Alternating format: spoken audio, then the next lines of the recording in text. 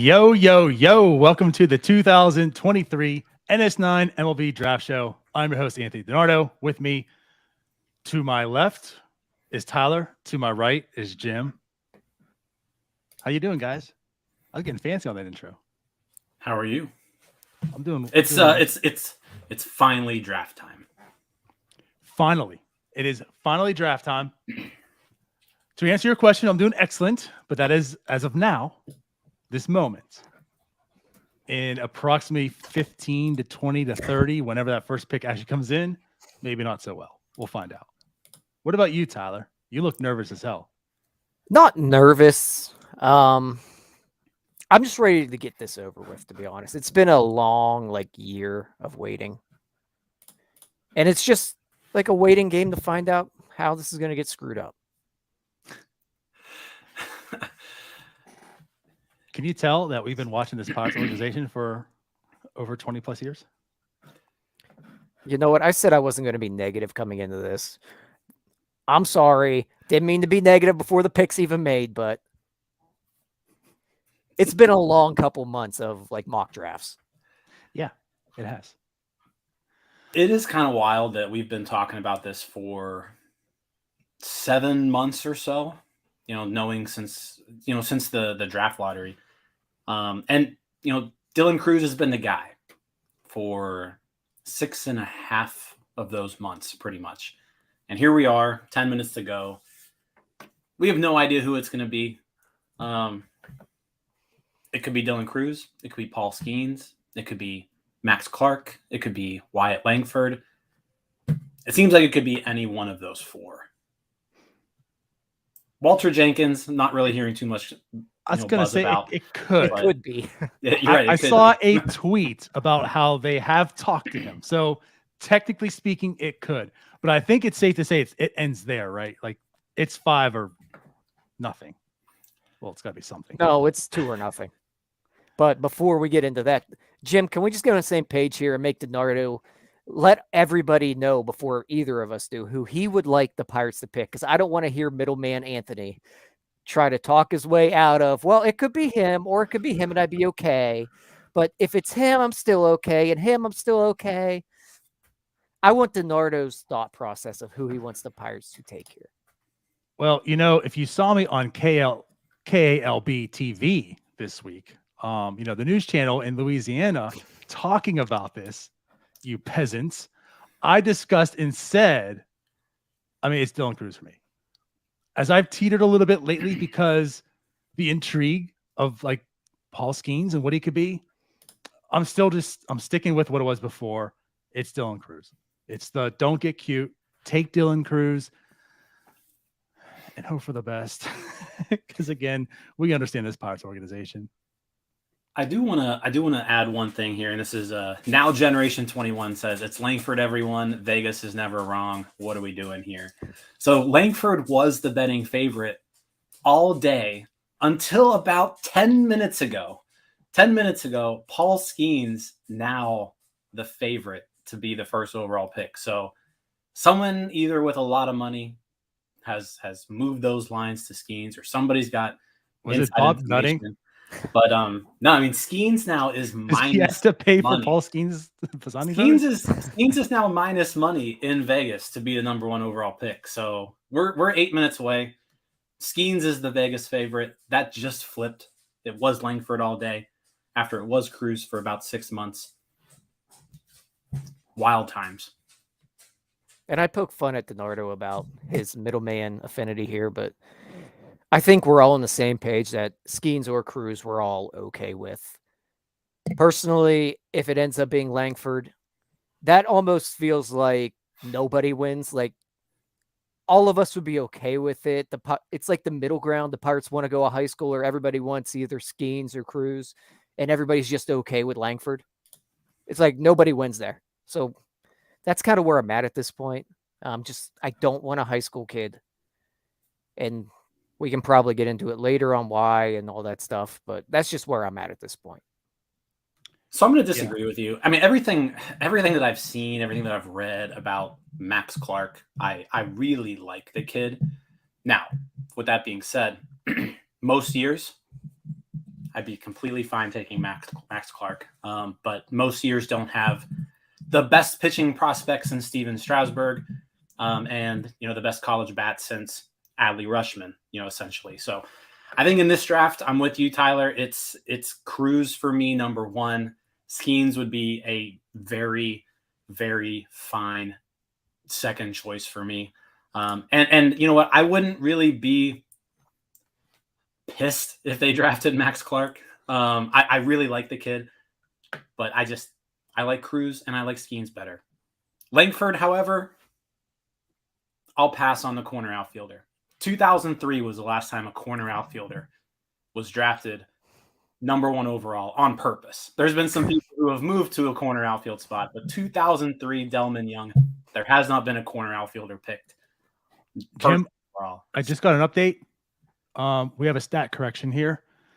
Last time since 2021, Henry Davis, right fielder, has been a corner outfielder been drafted. I said on purpose. Back to the Pirates organization, and why we're nervous. But I'll say this, as Tyler's putting words in my mouth, going both ways here. Yeah, I'm with you. Like, shocker. I am firm now on on Cruz, but I'm okay. I'm perfectly okay with Paul Skenes. The way I put it is like there is no wrong answer. If one of them are picked, it's fine. I have a preference on Cruz, right? But if you have Paul Skenes, that's something to get excited about. Yeah, that's kind of where it stops for me too. Like I feel like, well, the one thing too is when you talk about all five, right? Also, I spoke with this past a little week ago, Jim Cowles, who you might be seeing on your TV right now after watching the MLB broadcast. Not to say anything about myself, but we actually talked about like next year in the top 100, like where these guys would rank, and pretty much all five. Shut up. Now wait a minute. Yes, in the middle, Tyler. Now, like he said, all five of these are pretty much going to probably slot in the top 25. So back to the point where, like in most drafts, any one of these are a fine top pick. This is a scenario where, like, if it is any of the five of them, you shouldn't be upset because they're terrible. Like it's a bad number one pick. It's just like Jim said, them two are, you keep hearing the word generational to them. How do you pass on that if it's just for money? So back to the Langford thing. If it is Langford, all I have to say is they better kill the rest of the draft. Like, we better be talking about this draft better than 2021 for me to be okay with Langford. And that's super risky. Yeah, and again, like Langford's a good hitter. The power is real. Fangraphs, scouting report, if you've read over it, which I'm sure everybody has, being compared to a former first overall pick, Pat Burrell, right? Pat Burrell basically was speed, and Pat Burrell didn't have a Hall of Fame career, but I think everybody would be pretty happy with a Pat Burrell like career out of whoever we draft. So yeah, it's going to be fun here. We'll know here shortly. I still have no idea. I want to say it's going to be Cruz, but that's just because there's been nothing about it. So I feel like they're going to sneak up on us and tell us it's going to be Cruz. I think do you want to go ahead, Tyler? Go ahead. That's more than possible, because I think every year there's been smoke around everybody but who they draft.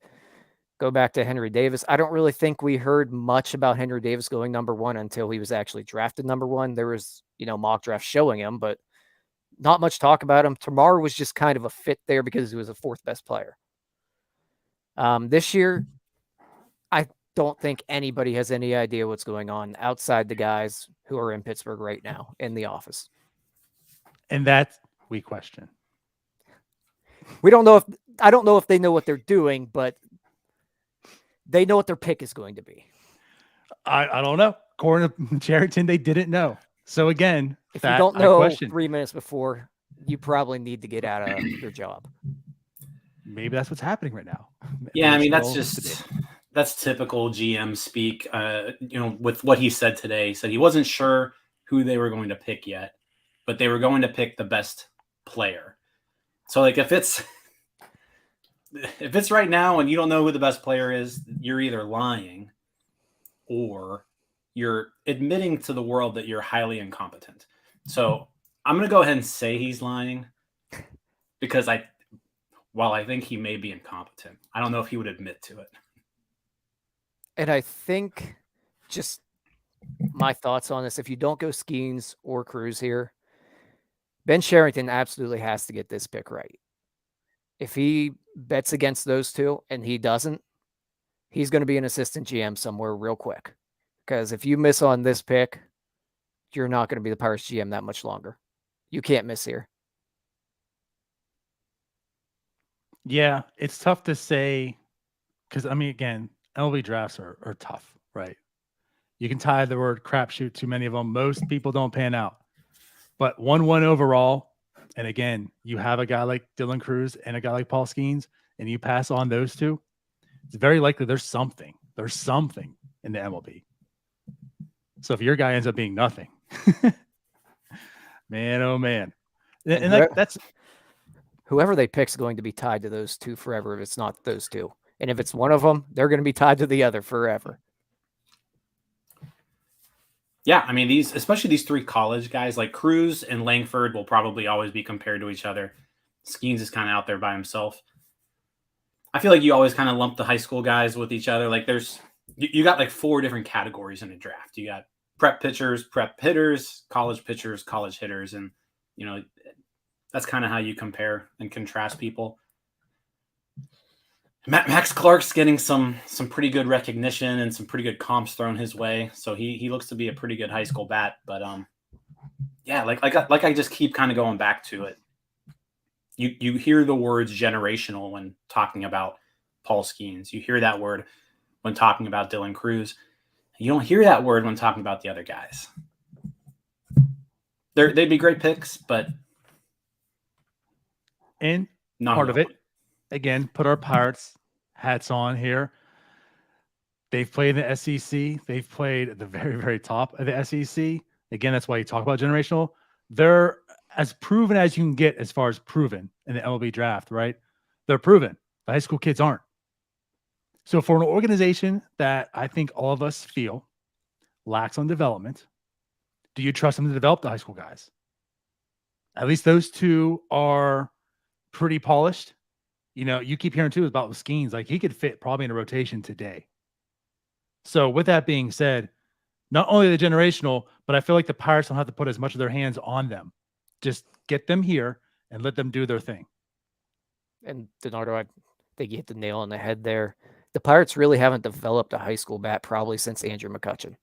You can probably throw Austin Meadows in there, but a high school bat, they have not developed one in a very long time. So if you're talking Austin Meadows is the second one that's worrisome. Right. So you look at the Pirates' history, they have not developed really bats in general that well, but especially high school bats. I'll say this. I take it back a little bit. It's still the same time frame. And there was still like Neil Walker, Starling Marte. That's still how Walker far was back the year we're going. before. Starling Marte wasn't a high school bat in the draft. Well, okay, but I'm saying it was still developed. He was younger even, sure, but still developed by the Pirates. Sure. But when you look at Max Clark, it's nothing against him as a prospect. I'm not saying he's a bum or anything. I just don't know about the fit with the Pirates. I don't know that they have the development team in the minor leagues to get the most out of him. I think he does have some things with him that are a little bit worrisome that all high school bats do have. With a Dylan Cruz, the Pirates really don't have to do too much with him. He's pretty much already at a AA level. Just let him get into the organization and let him play. It's kind of like our boy Jim here with Henry Davis. Just get him there. Pretty much. So this is just looking at it as a Pirate fan. Like, obviously, the scouts are going to want to take whoever has the highest ceiling or whatever, this, that, or the other. As a fan, I don't want the highest ceiling with the low floor. As a Pirate fan, I know what they do at low floors. They hit them. That's kind of been the case. Pirate sweep. That's kind of been the case historically. I mean, you even look at like another hitter that did pan out, and that's Ke'Bryan Hayes. But look at the actual hitting part of Ke'Bryan Hayes. Like, he's the one guy on this roster who was a high school draft pick that the Pirates picked and developed. And yeah, he's a good major leaguer. Can't hit. Guys, breaking news by Matt P. Apparently MLB lost power. We might be the only draft show live right now in the world. No, they're No, I can see they're him. on. Yeah. Way to break the news there, Nardo. I'm just power to our people. All right. Trusted in them. Well, 703. Paul Skenes still the Vegas betting favorite. Minus 150. Paul Skenes. And I still don't know who they're going to take. So who's the pick? Who's our guess? Real quick. Guess. Tyler. I think it's going to be Langford. DiNardo. Jacob Wilson. You know what? I was gonna say Langford, but I'm going Cruz. All of this was smoke. Dylan Cruz is gonna be the pick. There's way too much smoke around Langford right now. It has me nervous, but I'm gonna stick with Cruz. I just feel like, are they too dumb? Are they really this dumb to skip on it? So I'm sticking with Cruz as my gut, and maybe it is just smoke, but I have this really bad feeling that it's Langford. But we're about to find out. Sometime. It still hasn't been leaked. This is crazy. Yeah. 704, and not a soul knows who this pick is. Remember, guys, we did this in 2021. We had no idea till the pick basically happened that it was Henry Davis. Well, Jim broke it. Jim broke it with his infamous GIF we got out there. And by breaking it, I mean he read someone else's tweet, to clarify. Yeah, I just read a tweet. That's all it was. But you broke the news to us. I broke the news to you guys. Wasn't like when you broke the news about Nick Gonzalez being promoted. Yeah, that was real news breaking. I mean, you weren't on the news, but you did break news, so it's. No, we weren't like DiNardo. So I don't know if did you like send this out to anybody? You were on the news. DiNardo was on the news in Louisiana. We haven't even talked about this.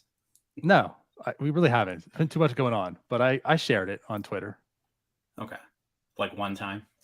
Well, nobody could see it. They're probably at the rate limit. That's probably true. Yeah, so come to our Discord if you haven't. Jim, put I the don't link think in you the shared it. I don't comments. think you shared it in the Discord. I probably didn't. I should. I will. So why don't you tell the folks a little bit about your news appearance in a central Louisiana news station? Well, you find the markets, and it's a hotbed for Pirates fans down there. So I obliged. But no, anyways, it was pretty cool. I think it lasted like about 10 minutes, just talking about Dylan Cruz and Skenes, obviously LSU products. And yeah. So again, to Buck Tyler's little comment there, I went with Cruz. I set my stance in stone. No, you didn't. You said you'd be happy with either. You did say one of the two. I would be happy with either. Exactly. But I want Cruz. Okay. So the Pirates are officially on the clock. If you're watching the show, Rob Manfred did officially start the Major League Draft. So Pirates are on the clock. Do you think the Pirates know who they're picking right now, or do they still haven't? Made up their mind?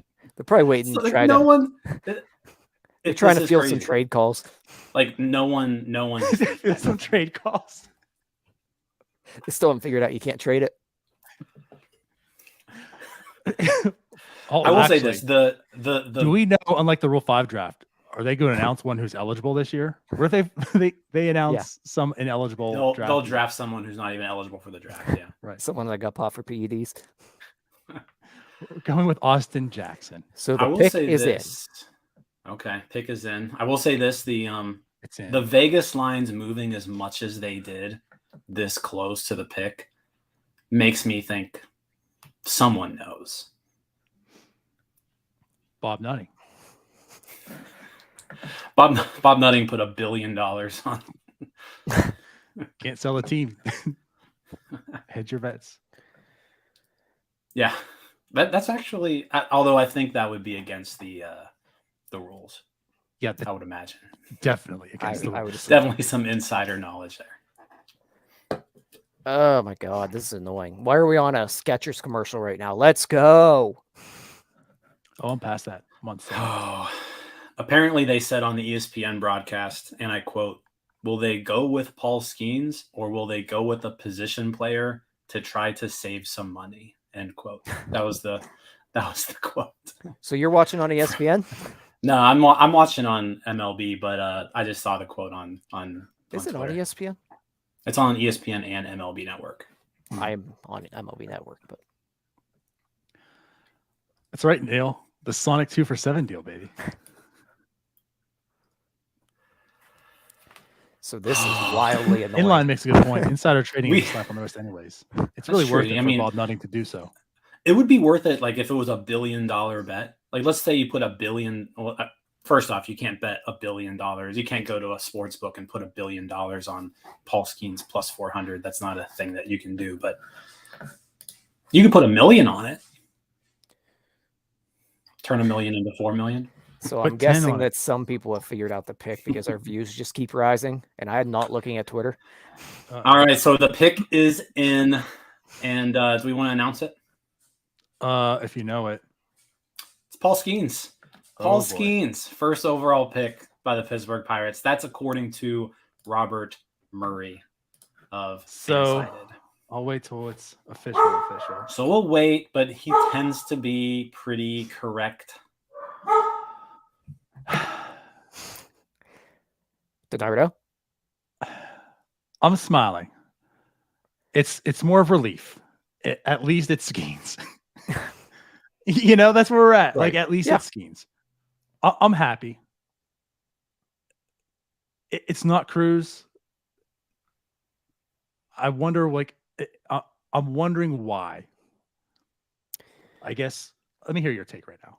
So obviously, I think we all wanted Cruz. But you look at a Paul Skenes. Paul Skenes is a guy that you put on your team to go win some playoff games. He's a Right. top of the rotation arm that the Pirates aren't going to get unless it's in the draft. And an arm like this doesn't come around very often, obviously. He's the best arm probably since Steven Strasburg. So he's a guy that you add to this rotation, and he's a guy that can win playoff games for you. He's a guy that you can win game 1, 2 of a World Series if the Pirates ever get there with. They don't have guys like that in the organization. This is the first one probably since Garrett Cole. And much more talented than Garrett Cole. Like, that's the exciting part. You know, as Pirate fans, the most recent Pirate fans, you've sat through a 1-1 pitcher in Garrett Cole and saw the success. He's a really good pitcher. This guy's supposed to be better. That's exciting. Here's the official- Jonathan Mayo also reporting it's Skenes as well. So looks like that's who it is. Manfred's at the Manfred is talking. Yep. at the podium right now. I'll say this: I'm surprised. I didn't think they would go this route. We didn't really hear Skenes' name. Like, he was tossed around in a few mock drafts, but there was no smoke around Skenes like there That's was true. Langford or Clark, really. And Cruz. So- There's a lot of talking Cruz, but it's mainly like he doesn't want to be in Pittsburgh. Yeah, Well, so they was they Conveyed kept that their way. cards close to their chest, and like Tyler mentioned, like this is an impact arm. We had Jim Callis on the show last week, and he was a huge proponent of Skenes. He has Skenes #1 on his board. And if you're a team like the Pirates, you immediately are adding an incredibly talented arm to your system that, like Tyler mentioned, can go out there and he can win you postseason games. Yeah, so he's going to be an exciting arm to have in the system. Likely, I think also Callis mentioned, you know, he top starting pitching prospect in the minors, you know, right away. So you're talking about a guy, he immediately becomes the team's #1 prospect, probably a top 10 to top 15 prospect in all of baseball. Advanced, probably starting in Greensboro. I like the pick. I'm happy to sign with one of the two LSU guys. That was my main ask, and I'm Yep. relieved. I'm relieved now. That's how I feel. Again, I'm just relieved that's one of the two. Wasn't my preference, but I'm perfectly okay with Skenes. And actually, to go what you're talking about, I was like, where they fit, like Jim Callis said, he is your best pitching prospect. And the way he was talking is he has Skenes number 1, and he was talking where Cruz fits, and he's like, I'm not sure if he'd be 5 or 6. So like that's what we're talking about. Like we're not talking about just the Pirates, just their top prospect. We're talking about this Skenes to be like a top 5, definitely almost like a top 10 prospect in baseball immediately. The next mocks come out for next year. So that's the type of talent you're talking about here. That's huge. Yeah, and I think when you look at comparing him to Dylan Cruz, obviously we all would have been very happy with Dylan Cruz, but I think you look at Paul Skenes' stuff, you can see a guy that can win a Cy Young award. You look at Dylan Cruz, I don't know if you really have an MVP in him. You have a very good baseball player. I don't know that he's an MVP level of player at his ceiling. Paul Skenes' stuff on the mound, he can win a Cy Young. That's fair. I think that's an interesting point. If you comparing them to their peers, right? Like we talked all the last 2-3 weeks about how there's not a huge difference between Cruz, Langford, Clark, Jenkins, right? They're all very good hitters. Cruz is probably 1, Langford 2, but they're all fairly close, right? No one is in Paul Skenes' stratosphere right now when it comes to him versus his peers. So you are picking the clear-cut number 1 pitcher in this draft. And yeah, the stuff is incredible. The command seems very good. I'm curious to just kind of get him into the system and see what he can do. I gotta imagine this guy's a fast riser through the system. I said everyone's kind of comparing him to Steven Strasburg, and Steven Strasburg was pretty damn good. So if this is the best guy since then, and there's been some good guys since then, we're talking about what I think Jim Callis said it is the number 2 pitching prospect of all time is where he put Skenes behind Strasburg. So you got to like this pick. And someone in the comments does bring up a good point about Skenes probably is a little bit under slot here. So if the Pirates are looking to save some money to maybe allocate that later on in the draft, this is the preferred way, I think, to do it, is to go with a Paul Skenes rather than a Langford or one of the high school bats. You're still getting a bona fide stud here. And you still have some money left over, hopefully. I would assume so, at least. Yeah, I don't think a whole lot, but it's a little bit. And that could have been, that's why I said at first, ask me my opinion.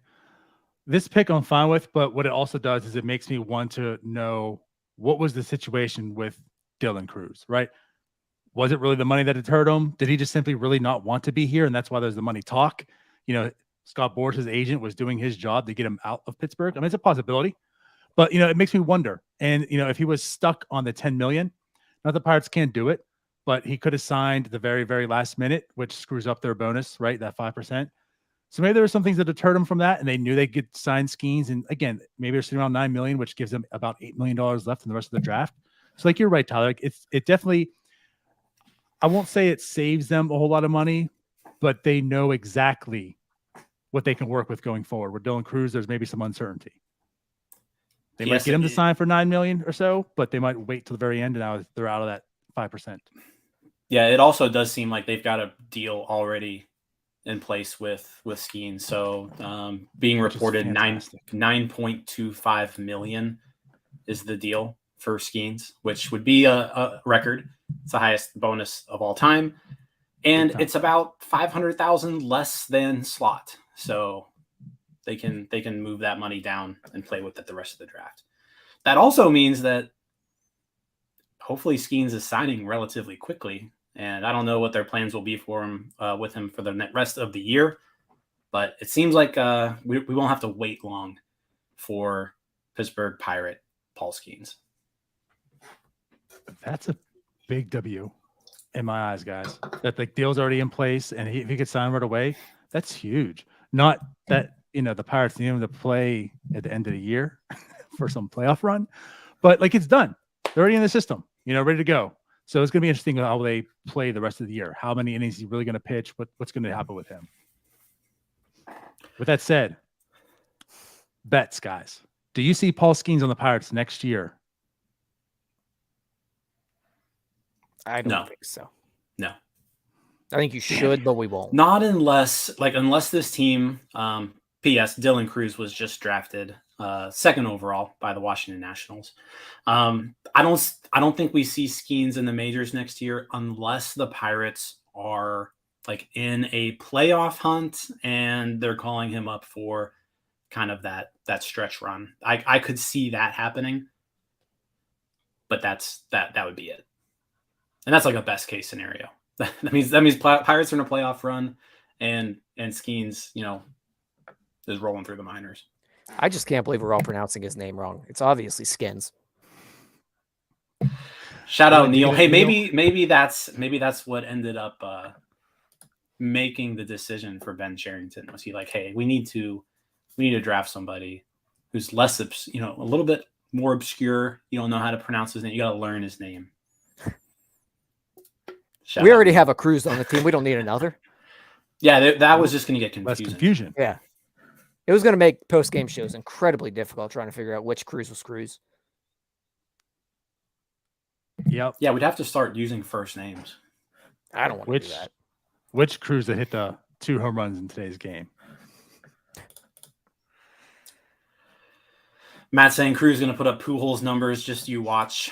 I think Dylan Cruz is going to be a really good ball player. I actually like when I look at him and an MLB broadcast kind of showed this similarity too. He reminds me a lot like Brian Reynolds. Like I feel like that's like the exact type of player he will become, which is a very good player. Like that's kind of what I see in Dylan Cruz. Pretty good at a lot of things, but not great at anything in particular, but just good at a bunch of stuff that when it all comes together, you're just a good baseball player. Very similar swing as well.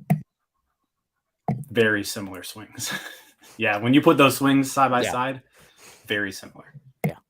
But to Tyler's point, right, with Paul Skenes, you look at Steve Strasburg and the talent he has.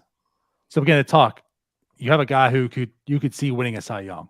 Do you see Brian Reynolds winning an MVP any day? No, right? So like that's what we talked about. However, Brian Reynolds plays baseball. Availability is part of his tool bag, right? Steve Strasburg, well, that's the risk reward you talk about, so like that's why there's a lot of debate on these two. And I'm with both, again, like Paul Skenes could go out there and win a Cy Young, but he could also not be on the field.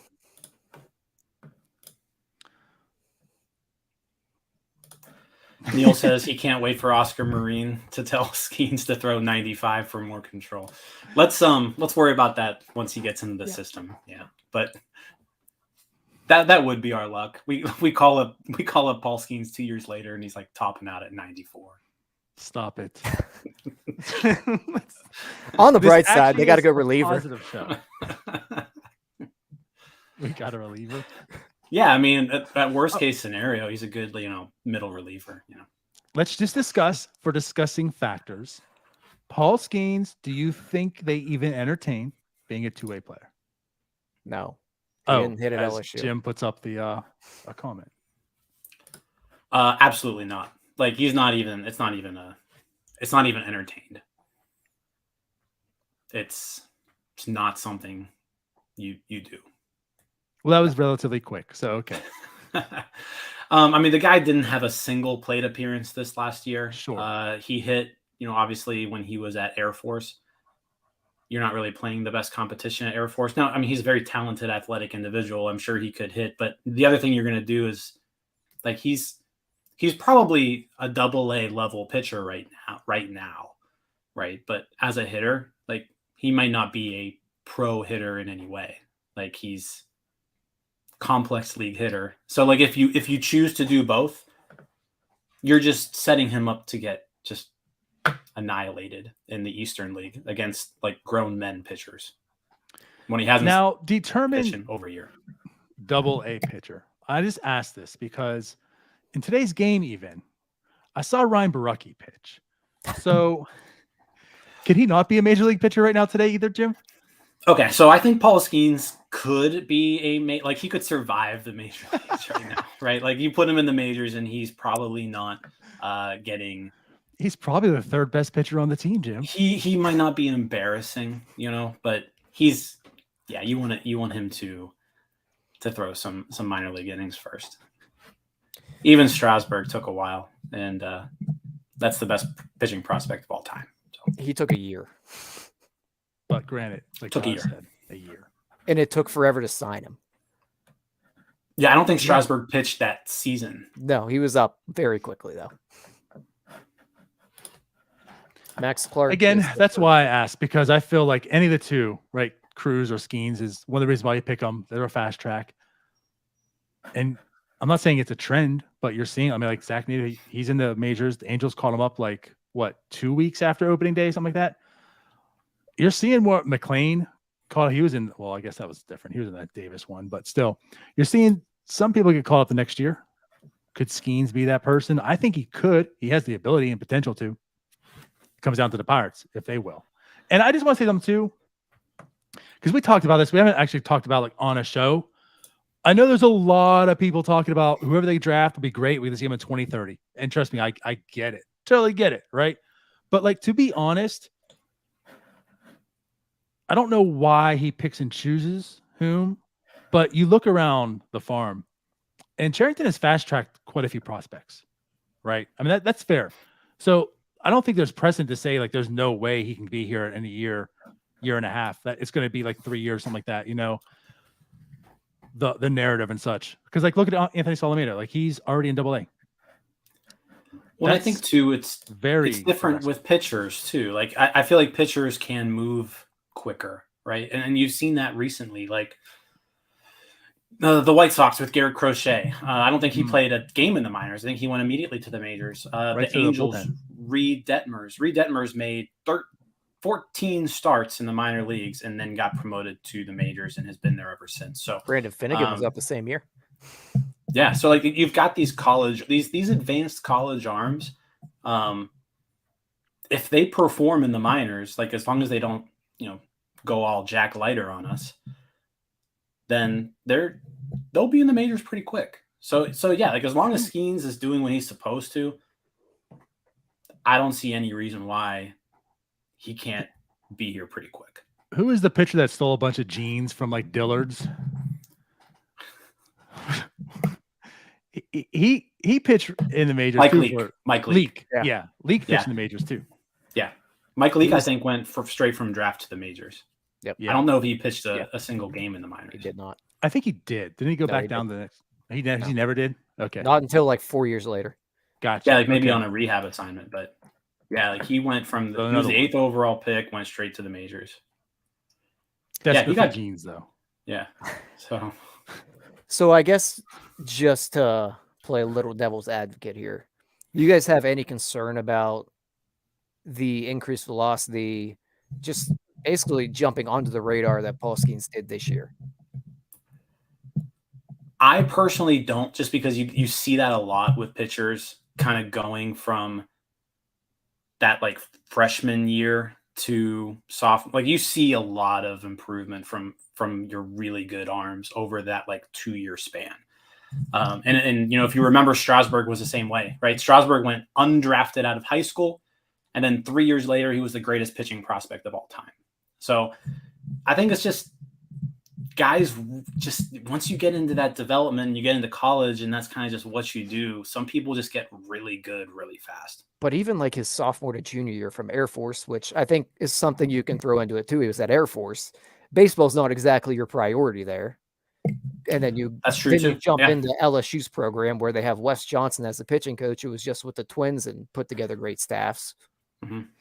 That's probably a big part of it as well. So probably why I'm not as concerned about him as maybe I would be another guy that transferred in and threw 94 and all of a sudden throws 102. Yep. I would say the fact, your last point you made, but also the fact too about just transitioning full-time as a pitcher as well.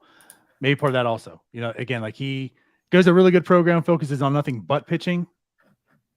Not saying that adds, tremendous velocity because you're just doing that, but that's his main focus. I think that's why you saw him skyrocket, just becoming this great pitcher now too. the other part is that he caught at Air Force, so his Also, arm He was is a little- doing a a lot of more stuff at Air used. Force. Yeah. Yeah, I mean that's another thing too. Yeah, like pitching he's wasn't a the big only thing boy. he was doing. Them He knees looks like he hurt. can carry that Yeah. 97 to 100 pretty well. Well, he did all 140 times in a game. But yeah, Yeah, I mean you look at like the makeup of him, right? And he kind of reminds you of Garrett Cole. Like he's got that workhorse type frame to him that, you know, this is a guy who you should be able to get 200 innings out of, and he just rolls through people, and you can count on him for 100 plus pitches a day, and it doesn't really affect him. By the way, we've missed a few things here. Max Clark goes number 3 to the Tigers. Wyatt Langford, number 4 to the Rangers. So Langford, number 4 to the Rangers. So Langford had that number 1 chatter for a week now, and falls to number 4. it's probably where he should be. I agree. Like I think that's right where he slots in. With a couple twists and turns, the draft has gone essentially how it probably should have. Yeah, like if Generally. Yeah, I mean, if you had given this order a week ago, you would have said all this makes sense. Skenes, Cruz, Clark, Langford. We're pretty much scratched at this point. Who's gonna do the first real weird thing? Like is Jenkins VAs. next, or does Jenkins VAs. or does Jenkins move down? Because Jenkins is the best available now. It's the A's. They're going to screw something up. I just want to say something kind of interesting, but like Max Clark going to the Tigers. Everything we were worried about with the Pirates going with Max Clark, that's what we were worried about with the Tigers. Like they've done a rebuild. They're rebuilding again because they couldn't develop shit. So again, not here to like trash another organization because trust me, we understand. But that's kind of odd too. Like I could have seen them go with Langford. He's more polished, but I mean, so is Torkelson. Yeah. Yeah, I think and the Tigers kind of have some recent success with a guy like this, right? You could kind of say Riley Green was in the same mold, and Riley Green has turned out pretty damn good. So if they can turn Max Clark into Riley Green 2.0, they'll be cooking with something. Texas Rangers, though, He's going to they've look turned good their in that organization outfit. I mean, around. Number 4 pick, Wyatt They got some Langford, who's power. also close. Yeah, and in that ballpark, I like that. Imagine and the roller coaster of emotions the Rangers have had in the last week, thinking that Cruz or Skenes might fall to them. So what's interesting about the Rangers is, you know, this. Yeah, it's probably the best available guy for him too, but it also fits the team need. That we were hearing for a year now how the Rangers need a left fielder. Rangers need a left fielder. Rangers need a left fielder. They were heavy in Brian Reynolds talks, and they just drafted a left fielder who can probably get there relatively quickly. Mm-hmm. So yeah, good pick for them. Good draft. The Rangers were kind of in a good spot this whole time. Like they were either going to get a really good player to fall to them, or they were still in that top 5 where this draft legitimately has 5 really good prospects. And you could even, you know, take that to 6, but there's 5 really good guys here. Yeah, all 5 teams. Like you cannot complain being in the top 5 this year. Again, like you're the Twins. You just sit back, just wait to see who the 5th guy is, and you take them. Like their decision's very, very easy. Yeah, and if you're the Rangers, you're probably pretty happy that Max Clark goes 3 and you can get one of the college guys there. Yeah, because again, like they've turned the organization around. The fact that they're a good team right now and picking 4th, and they got a guy who can come up quickly. I mean, that's everything you're talking about the Pirates. Like that's one of the reasons why you pick a Skenes or Dylan Cruz, because hopefully this organization is turning things around. The Rangers already have, and they got reinforcements coming just from this draft ASAP. And just for the record, I just want to throw out there that I have no desire to watch Paul Skenes throw in the Pirates major league rotation this year. I know it will never happen, but fans that are talking about it, I have no desire to see it either. I would have a desire, like I would love to I'm see him, good. but it's not going to happen. Like, just get it out of your head. It's There not is happening. literally no point to do it. This team's bad. That's true too. Like, yeah, there's no that.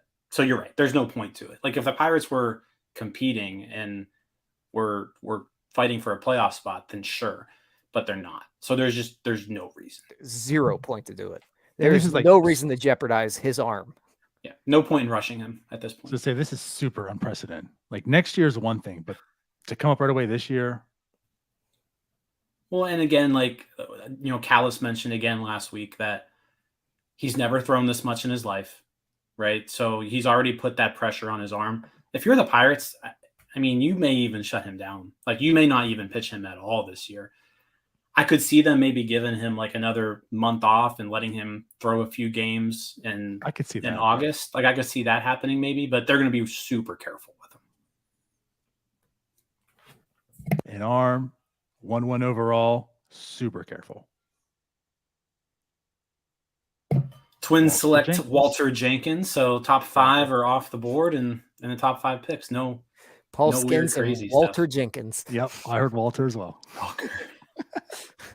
Walter. I did say Walter, didn't I was about to type in Walter, now, too. Texas Ranger. I? Walker Jenkins goes to the Twins at 5. So, yeah, no surprises. But now we have the A's. So here's where things can get a little fun. And the other thing this is doing at this point is Chase Dolander is now falling to the Reds, who I would prefer not get him the way the Reds have been able to develop pitching lately. Dolander is need the it. obvious second arm in this class here. He's a guy with really, really good stuff. The Pirates were talked about and whispered before before the draft order came out. A lot of fans wanted him. He didn't have a good year. No, There's he didn't. obvious tweaks that can be made, but the stuff's electric. And the Reds do lately, for some reason, all they do is develop pitching. Don't want him to go They there. develop everything. Yeah, What are you that's talking about? Rewind. We were talking about, Cruz. While we talk about Cruz, it's been 6.5 months. We Cruz. Think about when we used to do our Draft Central stuff, right? Posting highlights.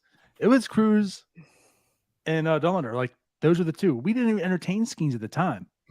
So, like, to your point, Tyler, before the season started, yeah, he was a top talent. Yeah, I mean, when the year started, it was Cruz, Dolander, kind of 1-2. Dolander did not have a good year. Fastball looks very hittable. Something that could probably be fixed by a good developmental system, which the Reds have kind of shown that they are. So that would be an interesting pick by the Reds. I have a They still have bigger bodies, fear. right? I have a bigger fear for the Reds. I think the A's are going to go Jacob Wilson here at number 6. But if they don't, the Reds pick Jacob Wilson. They call him up to debut at PNC Park, and we have to all see Jack Wilson wearing Reds gear. That's probably my main fear with that Reds pick. Yeah, I'm And then okay. he ends Jacob up, Wilson. and then he turns out to be really good too. On top of that, Obviously. fear. That's my fear. And strikes out 16 times that year. Right. He's like a good Kevin Newman. It's pretty much what he is. That's going to be great. He takes Kevin Newman's spot. Yeah, I mean, that really that's Like- he's a better version of Kevin Newman, and in reality, Hey, maybe he turns out to be more like Nick Gonzalez. maybe. I'm seeing some people saying that like Skenes is going to go straight to like AA or AAA. I just No. I would be shocked if Skenes throws an inning in Altoona or higher this year. As I think if anything, they'll let him pitch a couple games maybe at the end of the year, but it'll be like 2-3 innings at a time, and it won't be at Altoona. I don't think it'll be at Greensboro either. Yeah, I mean, you probably just keep him in Pirate City. Yeah. Maybe gonna let him throw face- for the Marauders a couple times. It's going to face Severino, the Complex League. Ben Sherrington did just say, this is according to our friend of the show, Alan Saunders, Ben Sherrington anticipates and hopes that Paul Skenes will pitch again in 2023. So plan is to pitch him at some point. I would imagine it's not a lot. Agree. I would imagine they want him to kind of chill. Let's rest that arm, then build it back up a little bit, get him in the system, learn whatever the Pirates way is, and then get him ready for next season. Healthy. Yeah. Sherrington also says that Paul was the first player on their board. Well, I sure as shit would hope so. So we can believe Picked that, or we first. cannot believe that, or We know no one believes it. Again, I mean, it could be. It could be. we're That's gonna. the problem. No one's going to believe anything they ever say. I think it's believable It's very believable. because he's Just like number Henry one on a lot of Davis. boards. Just like the Henry Davis being number one, that's believable. Like there are scouts out there who could make an argument that Henry Davis was number one in 2021. Yeah. So And there you have it, Jim. Wilson Yep. And there's Jack Flash in the background. Oh, no. Okay, it's the A's, to though. Oakland, right? Yeah. Yep. Yep. So that means we'll see Jack Wilson in Vegas for the Yeah. debut. So we'll have to go out there and actually see him. Yeah, so I don't like that pick. That's a reach. I mean, I think Jacob Wilson was mostly in like the mid-teens, Was for the he? most part. He has 0 power. 10th on pipeline. Fangraphs had him 10th as well. So, I mean, it's not like it's too far off. No. Yeah, but when you're Oakland, you probably need some impact here. Yeah, you're right. Like Jacob Wilson doesn't strike me as like a high ceiling type of guy. He's safe. Um, He'll be a major yeah. leaguer. Probably like, good fielder, can make contact, kind of like your old school shortstop. Like Good Jack glove. Wilson. Like Jack Wilson. Yeah. Yeah. I mean, Yeah. which, you know what? Every team would take Jack Wilson in his prime. Yeah. I guess he was like a 4-win player that 1 year. Yeah. He had some good seasons. One. The shortstop has certainly developed differently now. But Oakland loves safe. I mean, that's what he is, though. He is safe. I mean, Kyler wasn't safe. Who? What? Kyler wasn't safe. Kyler Murray definitely not Oh, a no. safe pick. That was just a dumb pick. That's what that was.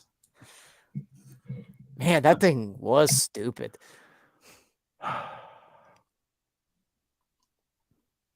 But no, this is kind of the first real reach. There were a few people who I saw. I know Connor called it in the comments here, right? But I saw some mock drafts with Jacob Wilson going here to the A's, so that was definitely a possibility.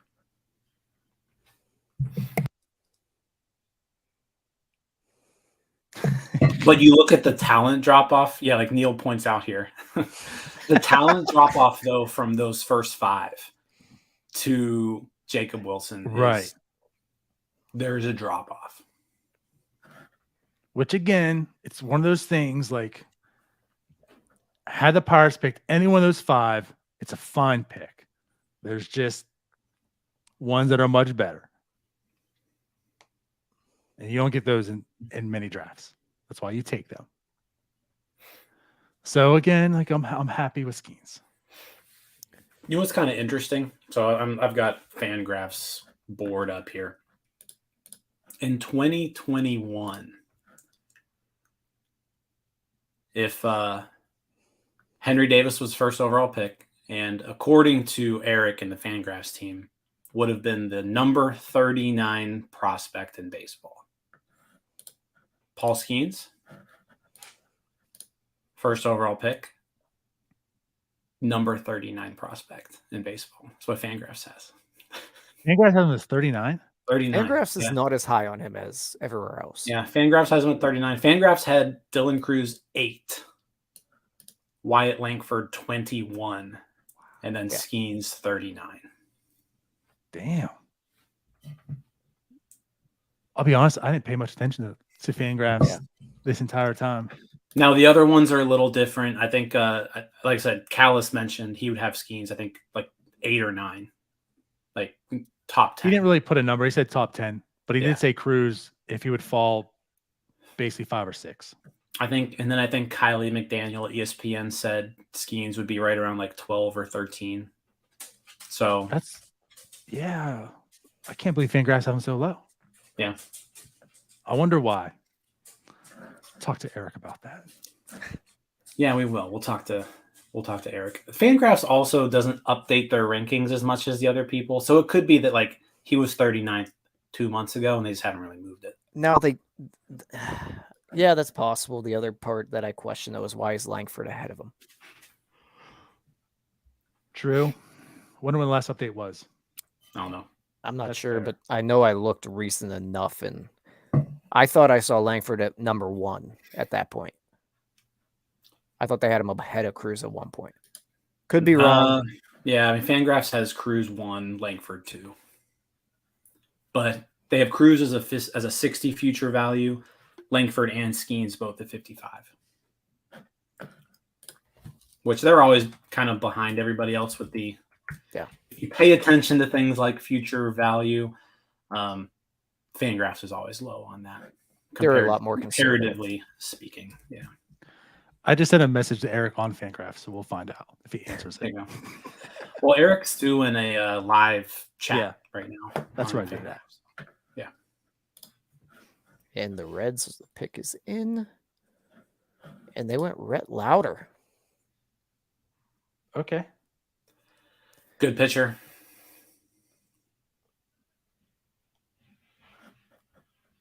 Still, again, makes you nervous. Pitching's a need. They got one of the better pitchers. Yeah, I mean, I would say that College. Lowder's been higher valued than Dolander at this point. Yep.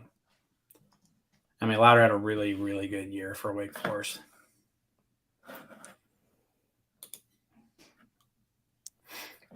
Also a guy who's very ready. Like this, he could be the first guy to reach the majors from this class. Especially with the way the Reds are playing right now. Like if the Reds are in a playoff hunt, like this guy right here could be on the Reds in September.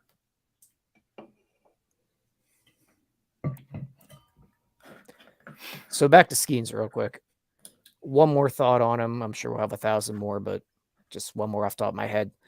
We know we don't want the Pirates to draft for need ever, but when you really look at this big picture here, adding another arm to this organization helps so much. Dylan Cruz probably doesn't really move the needle going forward. It's a really good baseball player that you want to have, but adding a Paul Skenes to your rotation when it's pretty bleak going forward and there's no top line talent, that helps a hell of a lot. Yeah, I mean, the Pirates haven't had a pitching prospect like this since Garrett Cole. You know, the other guys that they've called up, they've been top 100. Like, they've had top 100 guys, but they haven't had ace potential guys in their system since Garrett Cole. So this does provide them something that, quite frankly, they haven't had in the minors in a decade. And before him? Decades. Brad Lincoln at one point. So, but right. But I guess that's maybe where I disagree a little bit, Tyler. Because I don't know, man. I look at the bats too, and like, where are they at?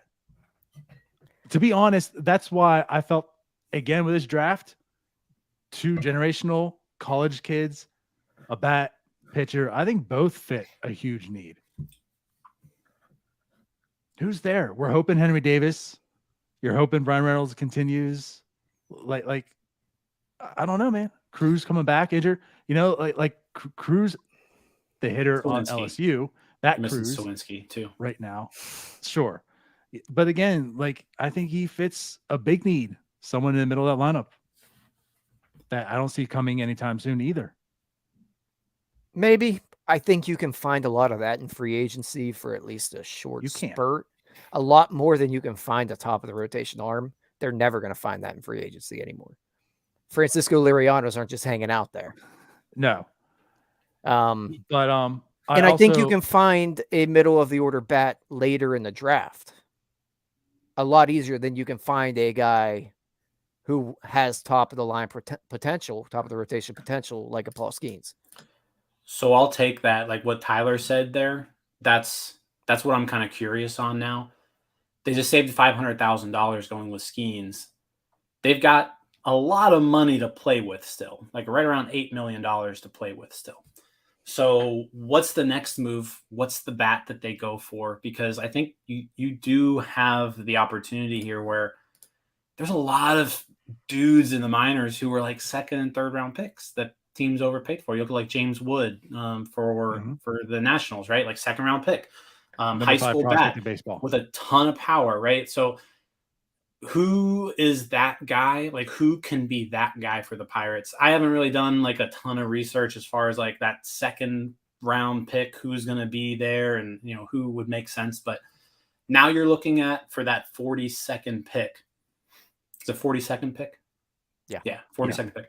For that 42nd pick, you're now looking for who's a high school guy, who's toolsy or really good, you know, high school pitcher with a commitment that you can pry away.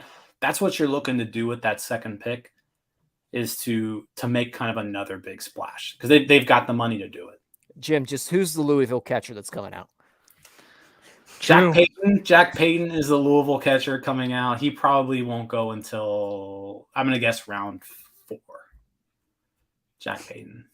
All right, so there's your middle of the order bat. Probably not someone who will stick a catcher either. Well, there's your middle of the order bat, though.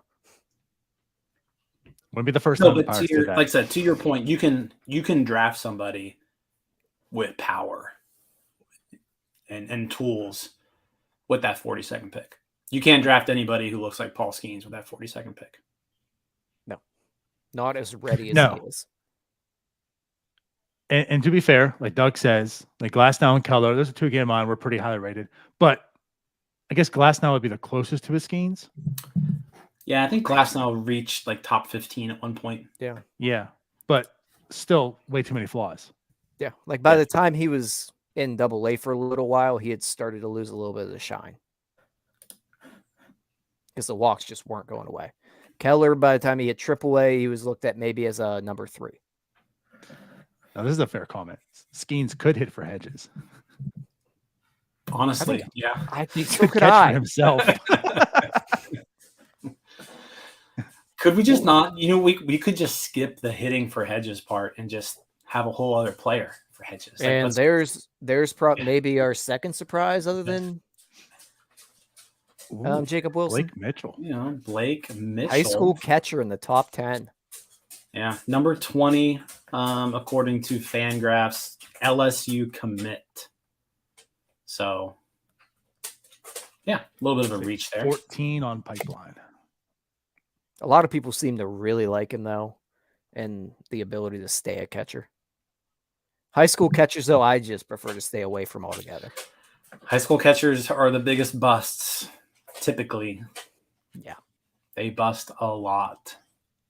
There's just so much you have to go through.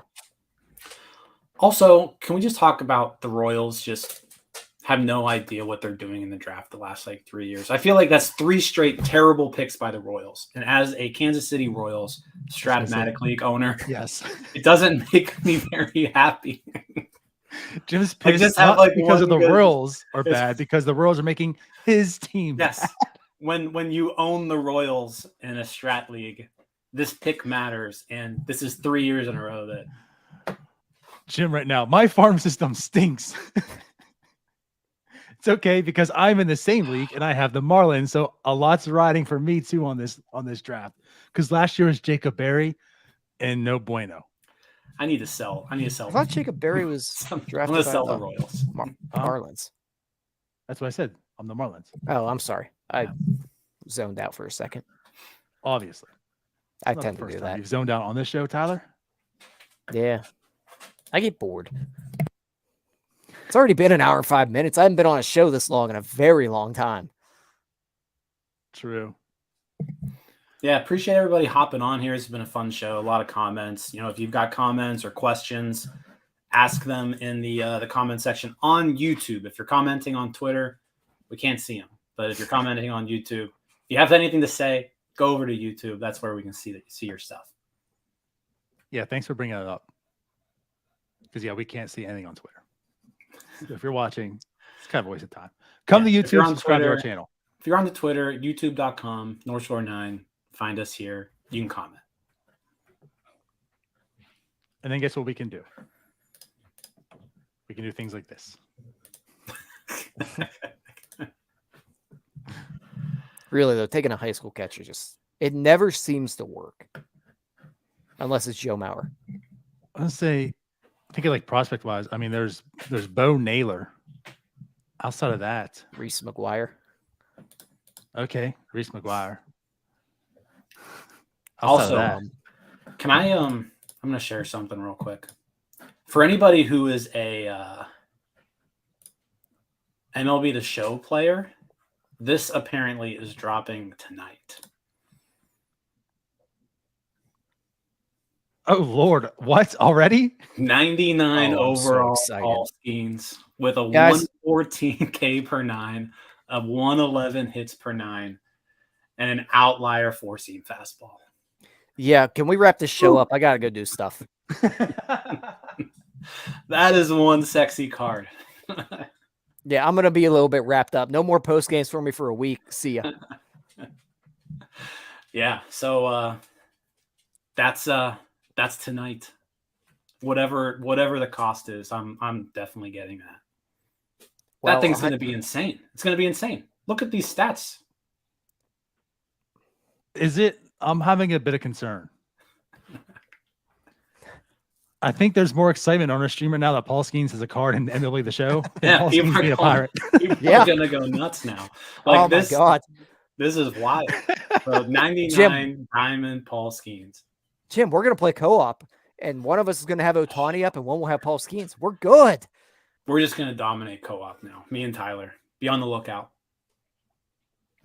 Man, Chase Dolander going to Colorado. That's not going to be good for the poor fella. Ooh, he's going to. Tyler, will you give poor Steph a shout out? I was going to, but Paul Skenes was on my screen in card form. There we go. Goodbye, Steph. Hi again, Steph. Goodbye, Steph. No, so that's kind of neat. So the Pirates will be featured in MLB The Show. Paul Skenes. That card looks absolutely ridiculous. Oh, we're going to have fun. I want to know how you get it. Yeah. I really hope it's not like I'm not seeing anything yet. It just says they tweeted out the card 42 minutes ago, and then they just tweeted out the ratings just now, and whew, we're gonna have fun. Crazy. What was the overall? 99, right? 99. And he's super maxed out everything. Boys, I'm gonna need a little bit of privacy. Here you go, Tyler. Tell how to go. Sean, I just want to spend $200 to get skates and be done with it. Okay. We've just completely stopped talking about the draft. So the Rockies have made a selection, guys. Yeah, Chase Dolander went to the Rockies. Not a great fit there for him. Poor guy. Feel bad for him. I mean, remember how you guys said that it's fixable? It ain't getting fixed. Yeah, Rockies don't know what they're doing. No. That's polite. The Rockies just need to fully lean into not drafting pitchers ever. It's just a waste. I feel like back when they were like the Blake Street Bombers, those guys where it was like Dante Bichette and Larry Walker and Ellis Burks, and you just had dudes who just mashed the ball. They didn't care about pitching back then. No, they need to just outscore everybody. I don't understand why they don't lean into just getting every single sinker baller ever. Sinker ballers, fast dudes in the outfield, and just infielders who hit bombs. That's what they need. Because they're paying the Cardinals to take them off their hands. Yeah. Just go out there, find 3 Juan Pierres and like 6 Dante Bichettes and score 15 runs a game. Yeah. And Just even if you find don't have 9 them, you're still borderline probably gonna Hall score of 15. Famers. I mean, Juan Pierre is not a borderline Hall of Famer. I think you could make a case, like you could make a Hall of Fame case for Juan Pierre. It would be a bad case, but you could make one. Like, if you can make it. You You could can make a case for could- me. You could put together well articulated arguments for Juan Pierre being a Hall of Famer. Yeah, I don't think so. Who's on the clock? Okay, Miami. you know This what? is a I big was pick wrong. for. You can't really argue it. No, He had some nice seasons, but overall, no. His best year is like a 4-win season. he had 2 of them. 2,200 hits, But they weren't with career the Rockies, batting though. average of 295. Really good. Yeah, defense. Tons of stolen bases, 614 stolen bases. you know what's fun is those numbers are probably still better than Ichiro's. Again, Oh, I no. said it wouldn't be a great argument, but like you could make one. All right, Marlins are on the clock, which means it's a big pick for Donardo as well. Very big pick for me, guys. Pray for me. Connor Scott. Whew, that's a tough one. Still crying over that one. Yes, Pirate. Now he's a Pirate. Not for long. Man, Dolander really had a bad year. He had a 4.75 ERA is what he ended up with. Yeah, they talked a lot when I just researching him about his arm angle changing this year. Not really sure why or anything like that. Probably why his fastball was so hittable, but I don't know if it's an injury issue or whatever it could be. That's right, because now he is a Colorado Rocky. So Yeah, so it don't matter. I mean, poor John Gray just lost his career there. man, I mean, he's still getting paid by the Rangers, but having a fine season. yeah, but like he could have got really paid if he wasn't in Colorado. Mm-hmm. And the Marlins pick is in. The big fat dummies on my screen. And I'm not talking about Donardo. Finally, somebody else. This is pick 10? See, All right, so we're moving Don't along me. a little My bit. It's TV gonna is be a muted. while. This guy's hugging. I don't know who he is. Noble Meyer, Ah, definitely the best high school arm. Meyer. All right, He'll get paid. I'll too. take it. Another That's a Meyer. noble pick. he is a scrawny individual. He's good. He is. It's Max Meyer 2.0. I mean, he can already hit 100 at 18 years old. He's definitely like by far the best high school arm. Yeah. Which, you know what, the Marlins tend to do very, very good with their arms. So that's a good spot for him. Yeah, that's it. As a Miami Marlins TFL owner, I develop my pitchers very well. So I like this. That's why they select me on the news. With dual threat. Jesus. Hey, Either I way. finally got my thing. You and Tyler have been talking all your trash and all your little stupid stuff. All our trash and all our little stupid stuff. Exactly. What did we do? What did we do wrong? You're the coach of the year. Assistant. That means I had to beat out a lot more people than you. You're the assistant to the assistant. No, I'm the assistant coach of the year, which means I had to beat out so many more people than the head coach of the year. But Noble Meyer, probably a good pick there, actually. I like it. Throws in Oregon or coming out of Oregon, so he probably doesn't throw year round as on like a travel ball scene. He looks like he's 12. I mean, you look like you're 17. Yeah, but he looks 12. You look 60. I'm looking to see if Eric you're fat. answered your question, but He I'm hasn't not yet. seeing it. Don't think so. Can't believe they let you be on the news. Also, I forgot to put my name, so I'll just come up as fan. Wait, really? Oh, just fan? Or Jeez. guest, I guess. You're a mess. However I see others. What if you were on the news, the Louisiana news, and it was just a fan? I should have told him that was my name. Like, no, that's my legal name. It's Fan. Oh. Oh, what's my Solid draft so far, I guess. Oh, it's worked out. I was talking with Tyler about it today, and when you have the number 1 overall pick, like I feel like you want to be really happy and excited after your pick. And I was like, today I'm just gonna like have this. I'm either gonna be annoyed, or I'm gonna have this like sense of relief come over me that they did something that seemed like it was the right thing, and. Mm-hmm. I feel like it's almost more of that, like, whew, we can breathe now. They did what most people would have done in that situation. So They definitely did what they should excited. have done. Yeah, like definitely excited to add Skenes to the organization. The arm is just killer. But yeah, more than anything, just kind of a sense of relief that they went with one of the best. They went with one of the 2 best guys available. And I don't think anyone can definitively say who's better. They're different. You know, what do you value more, the best pitcher or the best hitter? They went with the best pitcher. And I think you put it a good way earlier, Jim, when you said that if they drafted Cruz, you'd be really relieved, but if they drafted Skenes, you'd be a little bit excited. Mm-hmm. That's what I feel right now with Skenes. With Cruz, it was kind of like, okay, good. They got probably the best. They got the best hitter in this draft, and the guy that's been wire to wire 1-1. Yeah, they got the best arm in a very long time.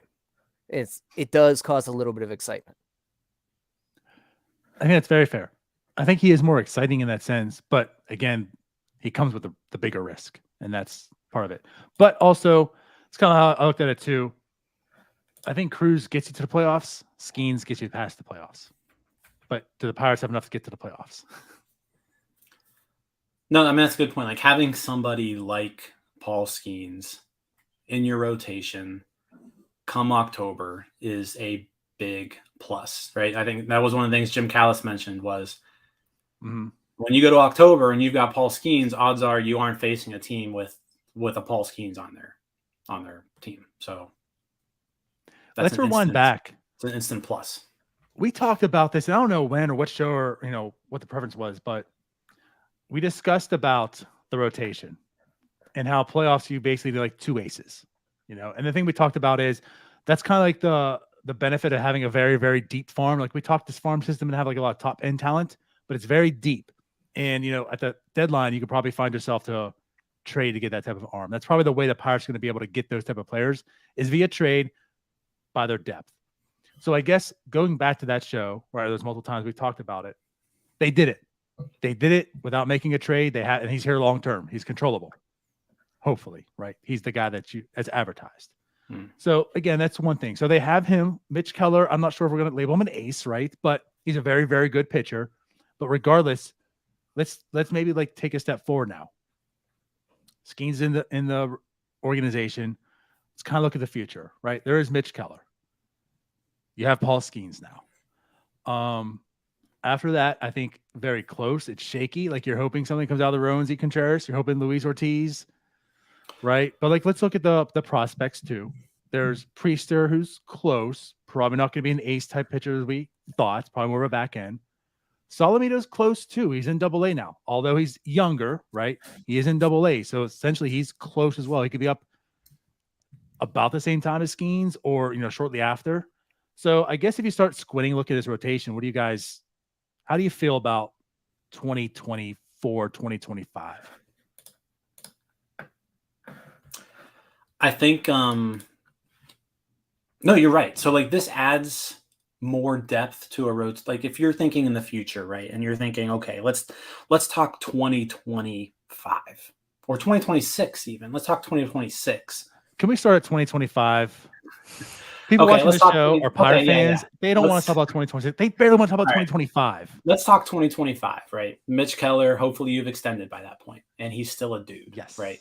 That's kind of because if you don't extend Keller, he's probably not on your team in 2025, to be honest. So, so extend Keller, and then you've got Skenes, and then really out of those guys that you just mentioned, right? Priester, Solometo, Jones, Burrows still kind of in the mix, but then also Contreras and Ortiz.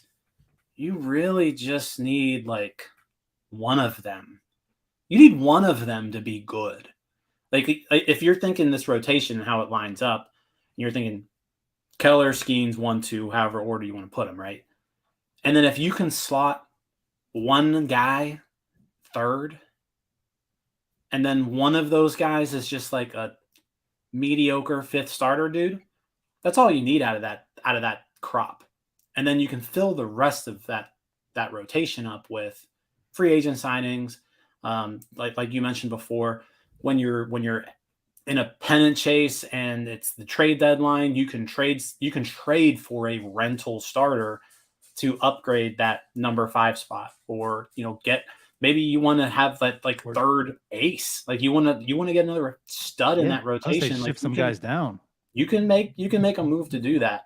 That makes you a lot more dangerous come playoff time. So if we're talking future, this is a helpful move because now you don't have to rely on those other guys to be dudes. Like if one of them pans out, you're good. You need one of those guys. And if they can't turn one of those guys into somebody good, then what are we doing, to be honest? Not to mention, hopefully you have a top 5 pick next year. Next year. That's true. We're playing like we're about to get another really high pick. So well, I've delayed my it's already like I'm not hoping they have a top 5 pick, but I'm talking about the draft next year.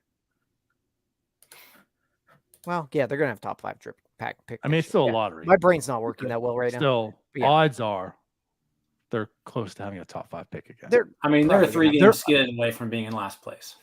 They won today, right? They did win today. So I think officially in the same amount of games, they're only 3 games better than last year. Well, maybe our guy Manfred will rig this lottery. 2 in a row, baby. Yeah, bring it back. Let's run it back. Let's run it back. So like the day after Paul Skenes makes his major league debut, do you just sign him to a 10-year, $100 million, $110 million deal? Yes. Cool. Tommy Troy. I don't see why not. Diamondbacks. Yeah, so a lot of people really do like Tommy Troy a lot. Fangraphs had him as the number 7 guy. Yeah. There are people that think he might be the quickest bat to the majors. And they already have a pretty good shortstop in their system.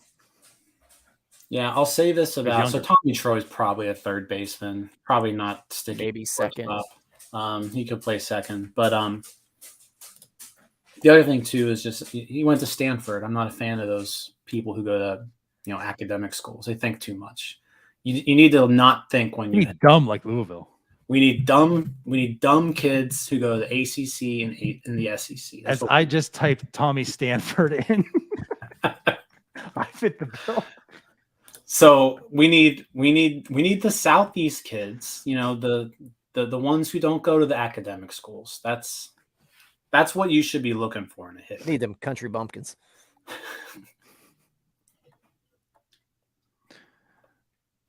I don't want somebody who thinks too much. Stanford. So basically, Jim cannot stand Zach Greinke. No. Now Greinke was a high school. Zach Greinke was a high school pick, I think. But he thinks too much. Now pitchers though can think. Like pitchers thinking is fine. I don't want my hitters thinking. I don't want the hitters thinking. You just want to be dumb and country. Well, they sure as hell don't on the Pirates. No, the Pirates, they're thinking too much. That's Yeah, the problem. they're thinking take. There's 2 nothing to strikes, think take, about take. that. You just stand at the plate. They got to think about standing there. It really is impressive how much they strike out looking. It is. It's a skill. Not a good skill, but it still counts. It's something.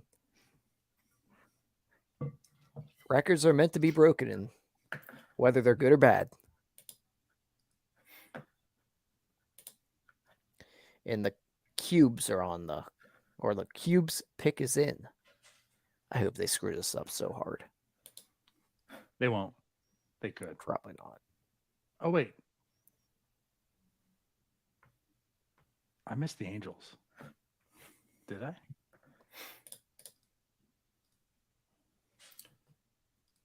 The Angels picked that dude from did. Florida Atlantic. First Yeah. baseman from Florida Atlantic. Nolan Shanwell. Hmm. That was a reach, I think. Yeah, a bit. I think he was later teens, Yeah. maybe early 20s. Yeah, I mean, maybe they just really liked his bat. Yeah, Matt Shaw is the pick for the Cubs. very similar to old Tommy. Yeah. That's Not a just shortstop. really though. That's just such a Cubs pick. They just take the best college bat available. It seems like all the time. They took the high schooler a few years back. Yeah, Actually, whatever happened to him? He didn't do anything, did he? Who? Was it the 2020 draft? They took that young kid. God, I forget who it was. drawing a blank. 2020 Cubs They pick? actually.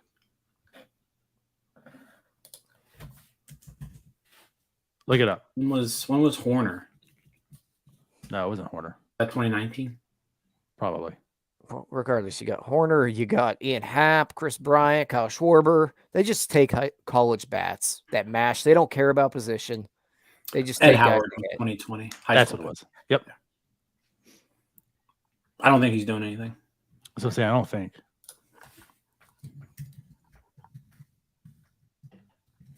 So the one time they took college kid turned out to do nothing. So like, forget this. We tried. Back to the college. Ed Howard is bad. Ed Howard is bad. He is bad. That's a bust. But yeah, I mean the college bats seem to work out for the Cubs, so yeah, stick with what works, I guess. The Red Sox seem to like to go under slot a little bit, so maybe they reach a hair here.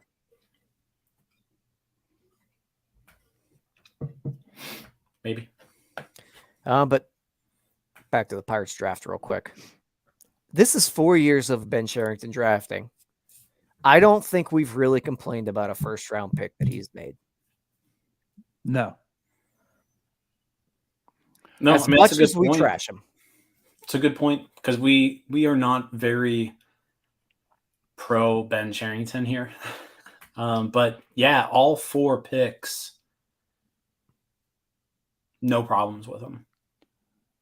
We've revisited things. And I think the mostly you can talk about is like Nick Gonzalez. But at the time of every draft, we've really liked them. At the time, yeah, we've really liked them. I'll speak on my behalf. When it started out with the Nick Gonzalez one, I was like, well, he fell in his lap. I'm not going to praise him too much. Like they made the pick easy for him. He did, but he made the right choice. He did what he's supposed to and took him. At that time, it looked like the best pick, right? And right, like you go through, like Henry Davis is kind of questionable. Like, is that really the pick? But then you saw how the rest of the draft went. It's like, oh man, he just killed that draft, right? At the time. So yeah, I think we've praised the drafts has looked good. Everything else has been questionable. But part of that is developing. And so now you drafted them, how they've done what they need to do to develop them. And I think there's no question marks on that. Yeah, I think my one concern coming into tonight was revisiting that 2021 draft where we saw the Pirates able to allocate money and spend it elsewhere. And Jim and I were talking about it earlier. Really, nothing came of all that money that they spent. They got Solometo that they probably could have got either way. And they got Henry Davis. Aside from that, all that money that they spent elsewhere really didn't work out. And I didn't want to see that happen again. I think it's unfair to count Bubba Chandler out I'm counting out. I'm with Jim right now. Counting that. But he's a reliever. I gotta say the 2021 draft up to this point has to be looked at as a success so far. Your first overall pick seemed like you made a pretty good choice there. You could argue, Marcelo Meyer would have been maybe just as good there, but Henry Davis looks like he's going to be a contributor for a major league team for a long time. Solometo is one of the best pitching prospects in the game right now, like hands down. He's crushing it. Bubba Chandler, tons and tons of talent, hasn't put it together, but I think it's unfair to write him off. I don't know if this draft is going to kind of be similar to that though, just because they'll save about 500,000 with Skenes, but I don't know exactly how you play with that later on. They could go the route where they draft, 2, maybe 3 high school seniors, later on in this draft, and they basically just save all that slot money right then and there to use on these next few picks. But we'll see how they do it. Seniors? Yeah, Seniors. College seniors. Sorry. It's really confused. Yeah, college. You can draft college seniors. That high school sophomore so bad, man. Yeah, you can draft a college senior with a $750,000 slot and give them $5,000, right? And basically pocket all that for somebody else. Right. So that I would imagine they'll have a couple of those later in this draft. Yeah, it's gonna be interesting to see what they do, because they've got the opportunity here. They've got the money to spend where they can come away with this with another good, talented player. At least one more. Yep. And that's why I'm with Jim too. I think it's just too early. There's some unfortunate circumstances, as one is mentioned about Lonnie White. I'm not ready to write him off either, but I'm not looking for him to be what I thought he was going to be at the time of the draft, right? He still has to earn his way to doing something. But Bubba Chandler, I think all of us knew is going to be a work in progress, and that's what he's doing. It's a work in progress still. You might want to see better results than what you're seeing right now, but he's going to have to – he just became a full-time pitcher, so I'm not ready to write him off too. The talent's there. Solomedo's exceeding my expectations, but I guess I can agree with you, Tyler. They probably didn't need to do all that to still get him. I still look at his success, though. Like, I still to this day can't believe they did, like, Ben Sherrington pulled that off. Sure, but I'm not saying whether it was a success or not. I'm just saying whether they needed to do it the way they did it in order for it to be a success. They could have went with Marcelo there, and then they probably still could have got Solometo in the second round, and it probably would still be fine. We'd probably still look at it as a success. And I guess, right, if you're phrasing it that way, if you look at Bubba Chandler now and Lonnie White and you don't draft those two, yeah, you probably could have got Marcelo and Solometo and called it a day and it's success, right? They draft the first overall. It better be a goddamn success. Okay, but I'm saying, like, but I'm still not ready to write off Lonnie White and Bubba Chandler at this time. Oh, I am like nailing the card for Lonnie White. He's a year away from being back at Penn State playing football. Oh, I believe that. This is a make or break year for him. And so far he's doing well, but of course it's been like he just got promoted. So let's see what he does there.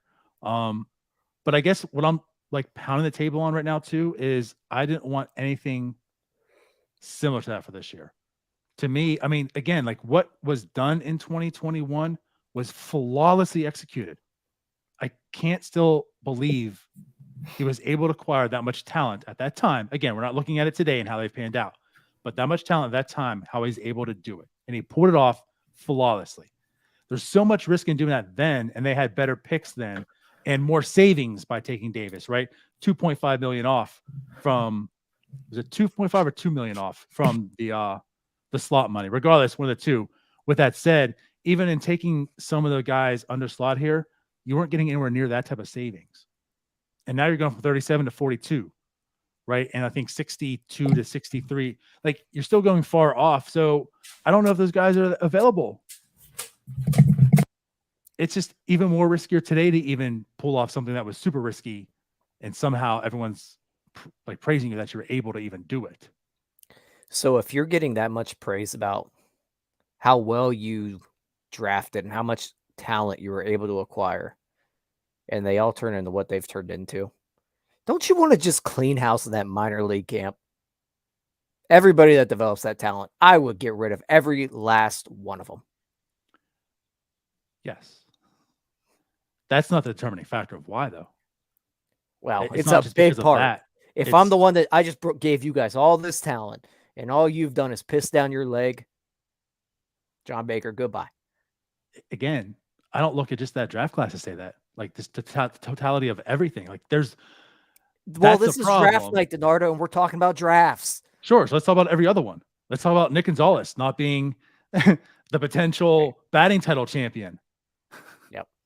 Let's talk about Tamar Johnson striking out 40% of the time when he was, right. That's a severe problem. And it's funny when you look at the past regime we discussed, it doesn't seem like it's a scouting problem. It seems like it's a developmental problem.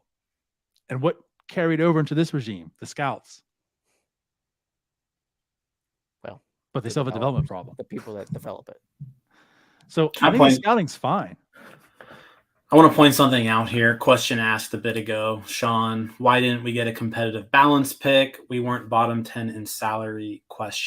So the way that the competitive balance rounds work is there's 15 picks. 7 are immediately after the first round. 8 are immediately after the second round.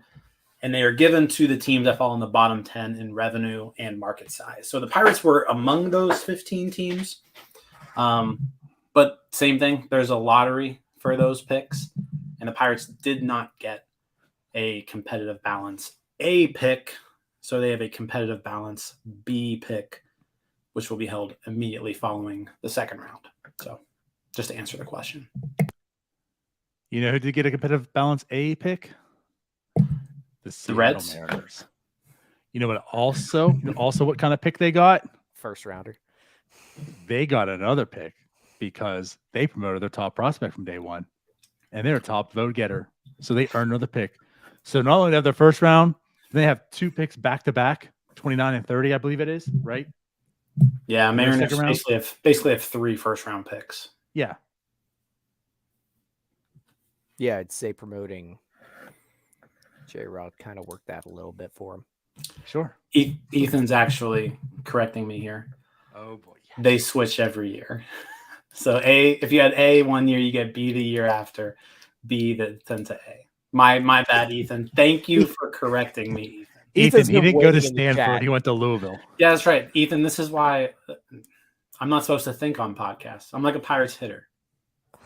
No, you're not like a Pirates hitter. That's what I was yelled at about. Ethan's been waiting in the chat for someone to screw Yeah, we don't. That's true. Ethan's just been lurking. Like, when is one of them? I need them to say Ethan's something. Been like this the whole time, just waiting. Yes, he's like, yes, Ethan's talking again. We know he will.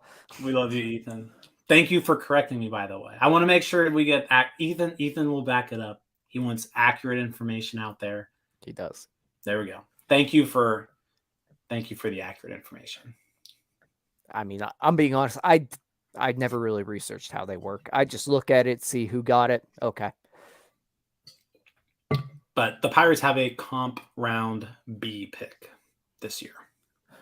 So that means they'll have a comp round A pick next year. According to Ethan, yes. Just to let everyone know. I know that information. Just relaying it.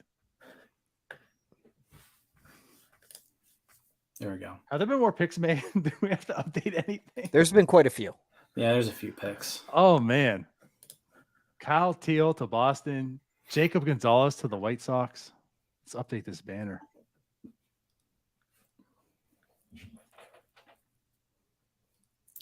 What's funny is Eric does not like Jacob Gonzalez. And there was some chatter that Jacob Gonzalez was going to be like a top 6 pick. Like there was some chatter of Gonzalez going to the A's at 6. Yeah. At the very least, like top 8. Yeah. I don't even see Gonzalez on Eric's list. I'm sure he's on here somewhere. He's 37th on Fangraph's list.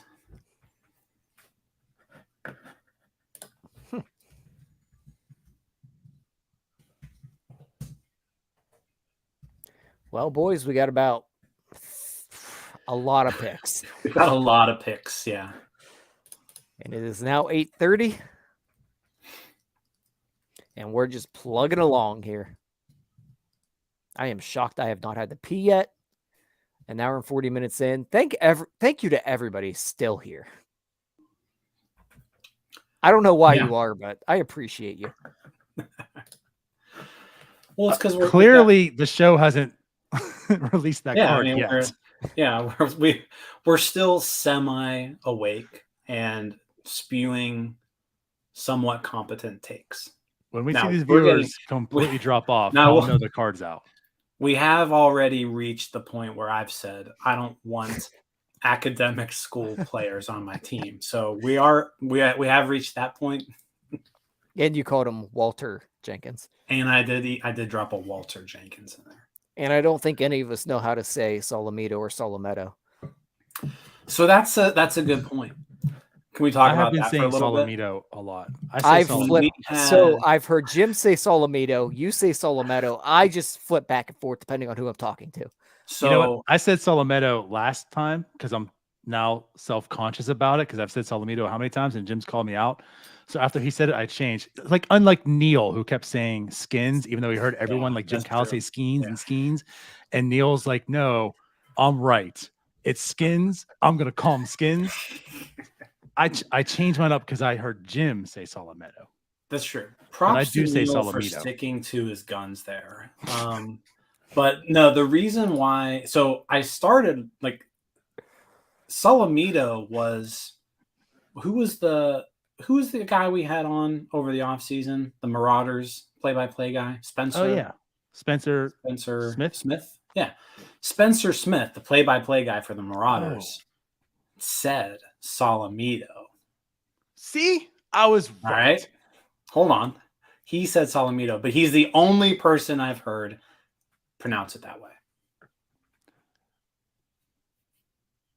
We need to ask his dad. Well, I can't ask his dad. I blocked him on Twitter. Yeah, I can't. We'll ask his dad.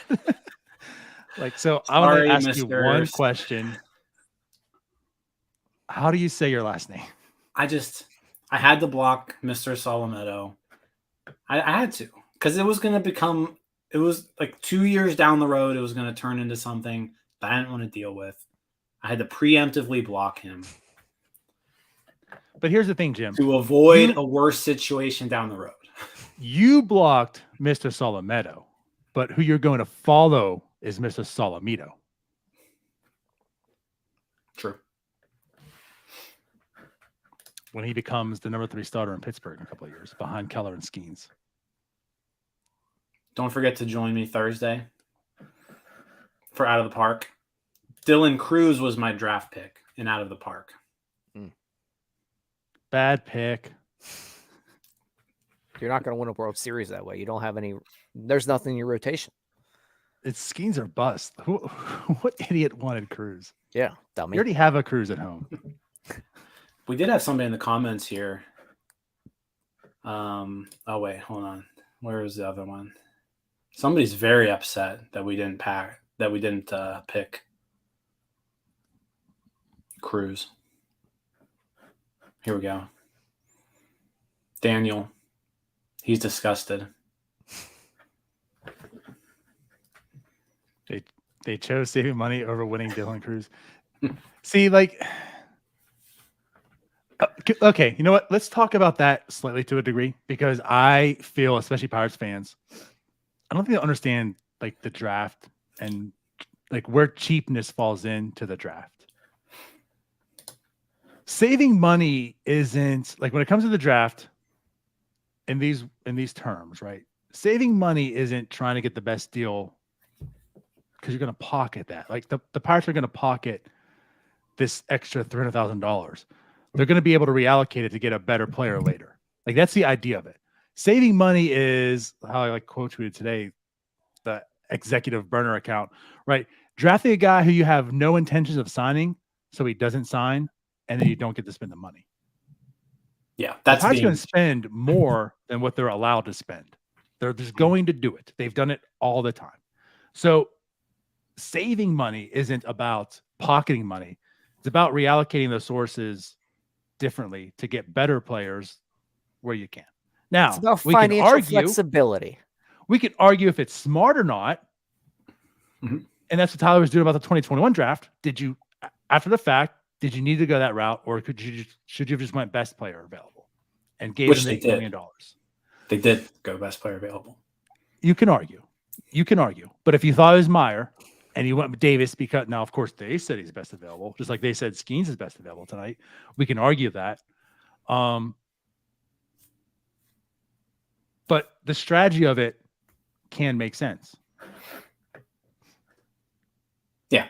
The draft rules, I mean, and I think a lot of people know this, but some might. Like the draft rules that are in place today are there because the Pirates spent too much money. Like the Pirates are the reason why hard like draft caps now exist. Before this happened, the Pirates, it really in multiple years you saw it kind of start with the Garrett who was draft. Josh Bell. No, before that, the high school 2A player who busted completely, but shit. Van. What? Wait. Who was the guy they picked after Tyon? That was what, 2012? Tyon was 12. 13 was Mark Appel. Or no, 12 was Mark Appel. No, the guy after. Right? Or am I? High school pitcher / hitter. Like he was both. John Van From Bensko? Ohio. That's Ohio. John Van There's a Bensko? van. There's a van. No. Yep. No? High school guy from Ohio. Well, Van Bensko was a two-way player out of Kent Van State. Bensko was a college player. Well, I know. Alley. Thank you, Ethan. Okay. Stetson Alley. So it all started with Stetson. We talked. Tyler had like a whole podcast on Stetson Alley But once. it started with Stetson Alley. Like Stetson Alley was not going to sign. He told everybody like, don't draft me, don't draft me. The Pirates picked him in the second round, threw a ton of money at him, and he signed, right? So that was kind of the beginning of it. And then they did the same thing again with Josh Bell, right? The Josh Bell draft. Josh Bell sent a letter to every GM, don't draft me, don't draft me. I'm going to Texas. Pirates drafted him, threw a bunch of money at him, and ended up with Will Crow. And ended up but ended up with, 2 first round picks essentially. Right. So because of that, the existing draft rules are in place. So because the Red Sox and Yankees whined. Yeah. Mm-hmm. And don't get me wrong, there are plenty of reasons to harp on the Pirates about being cheap. There's a lot of reasons. They're cheap. They do not spend as much money as they should. But if that's your message and it's to the draft, you're just wrong. Like just you can make that point for the Pirates and a lot of other things. The draft is not one of them. Right. Yeah, and I think a lot of people are stuck on the old ways of the draft before the slot money came into play, and there was no slot at all. Like when Tony Sanchez got drafted, and like it's no fault of people; they just don't keep up with the rules of the MLB draft. It's not very popular. All they hear about is who they draft, and all they hear about is who's at the top of the class, and they know who Scott Boras is. That's just a casual fan's view. They don't really know that much about slot money. They just think that's probably a cap on the spot and that there's nothing more to it other than you can, like NFL, you can spend this amount here. That's it. Right. They probably think that in baseball as well. It doesn't really work that way.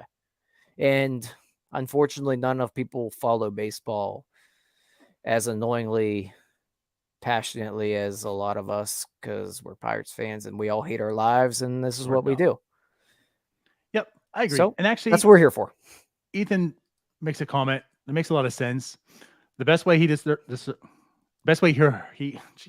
your words. The best way he heard it described is it's kind of like trading down the NFL. It's like you have that one overall pick, you trade down for more picks, right? Guys you probably want to get. So like in theory, to guess, kind of put it in a sense, do you want Marcelo and Solomito, or would you take Davis, Solomito, Chandler, and Lonnie White? I guess that's kind of what's at. So it's almost like trading down, yes. But at the same time, you're spending all your draft capital as far as picks goes in the NFL draft, right? That's what this is. Yes, I am having a stroke. So I just still can't believe that the Pirates took an LSU guy. So yeah, again, like cheap isn't that they're saving money, they're pocketing money. It's that they're reallocating that money to other means later in the draft that you normally couldn't get. Like how I think Jim said it mostly earlier on, guys that you're prying away from high school that aren't going to sign, but you're going to throw more money than they would get. And now you're enticing them to sign and be in your organization than a lesser talent.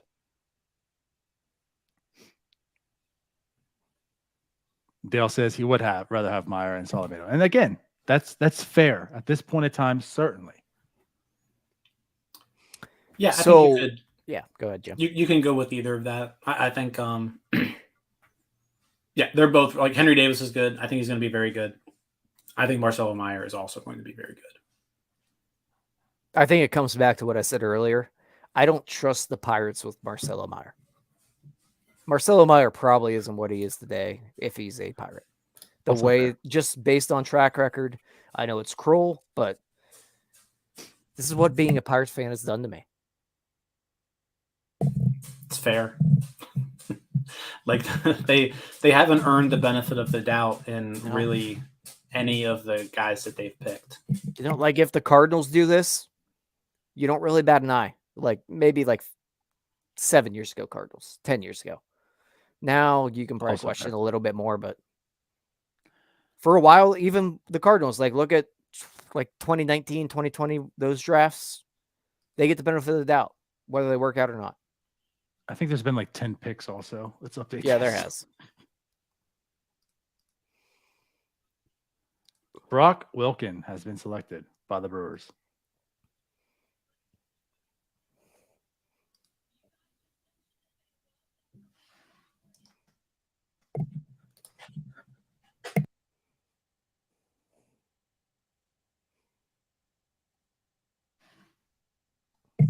Enrique. Brock Wilken. I don't know much about that guy. Fangraphs has him 32nd. Another Wake Forest guy has 2 Wake Forest picks in the top 18.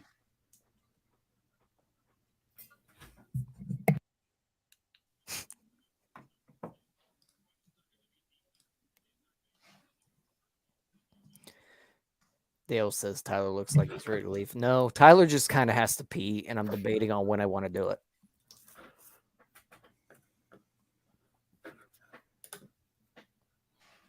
What happened to Brendan McKay? He got hurt way too many times. That's what happened. Unfortunate there. And a local guy, too. WPIL product. Blackhawk, right? You go to Blackhawk? I believe so, yeah. I think that's right. Yeah. Sean says Tyler wants a Skenes show card. That is really the reason. I have to pee, but I also would like to hop on MLB The Show and go try to get this freaking card.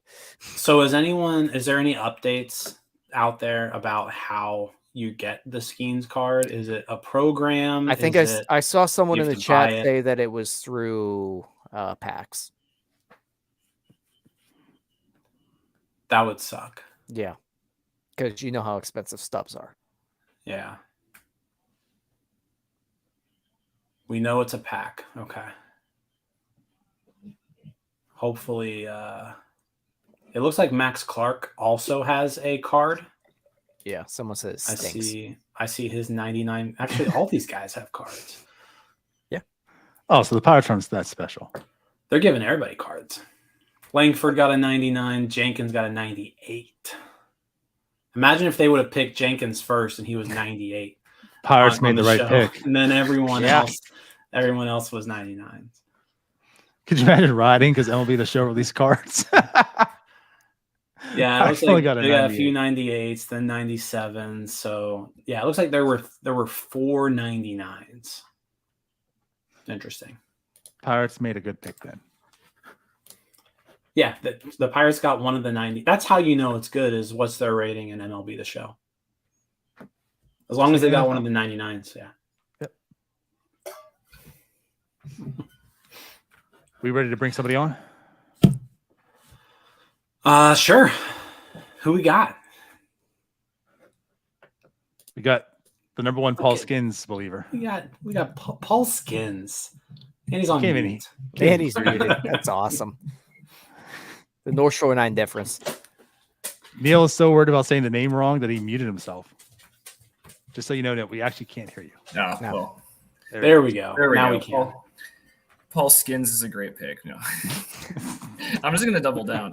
I don't feel like I can go back at this point. You really should. Just call him Paul Skenes like for eternity now. Like he'll make his major league debut. You'll be on the post game show. Paul Skenes really had a good game today. Yeah, and I'll be the new Robbie. Yes. I mean, to this day, so this is way, way back. I'm not even sure if North Shore 9 existed yet, but I had Ryan on my old show, Donald's Dugout. We're talking about the Pirates, and just in general, talking, and he called Syndergaard Sondergrad. And so to this day, I don't call him anything other than Sondergrad, especially talking to Ryan. So yeah, it's forever going to be Paul Skenes with you. All right, I can live with that. Yeah, that's my biggest impact on the show. Oh no. All right. Dale. No, Dale. No. I'm not ready. The Rays pick is in, and I kind of want to see who this is going to be because they don't miss on anything ever, and it's annoying. You know what though? I feel like the Rays miss on their draft picks. Xavier Isaac was a pretty awful pick last year. Like they've had like Alika Williams was awful. No, that was a bad pick. It's Yeah, good they've- pick. Did you not see him hit the home run today? like they've had some bad picks. The Rays have, and Greg Jones was a first round pick too of theirs, wasn't he? That was their 2019 pick. Not Yeah. good. Well, like they like to draft Like Brendan McKay, Louisville guy. But another guy who just completely busted. I mean, It was shortstop out of TCU.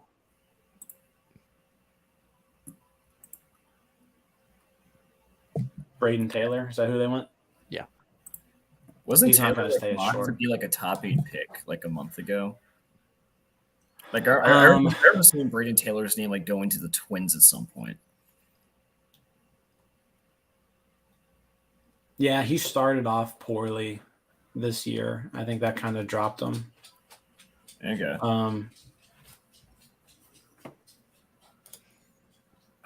I don't know if he'll stay at shortstop.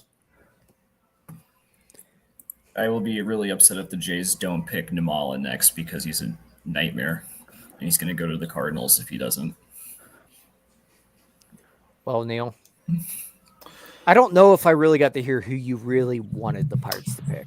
Yeah, so we got Neil on here. Let's get your reaction. Thank God. Like, I forget who said it. Someone was like, I don't even feel excited. I just feel relief. That's kind of where I'm at. I'm happy. He's really good. And I was the biggest Max Clark defender. I'm really happy we don't have Max Clark. So why? You actually explain that? wanted it to be Jenkins just so you could see everybody. That was Running mostly around. jokes. I did not Yeah. actually want Walker Jenkins. But, Yeah, like, expand upon those thoughts. yeah. So I think that I would have been happy with any of the top 4. Or unless you want me to talk about Jenkins. Because the only reason Jenkins was just because I wanted to browse through Twitter for an hour and be amused. That was the only reason. 1 hour of amusement is not worth a lifetime of pain. No, but also Walker Jenkins is pretty darn good.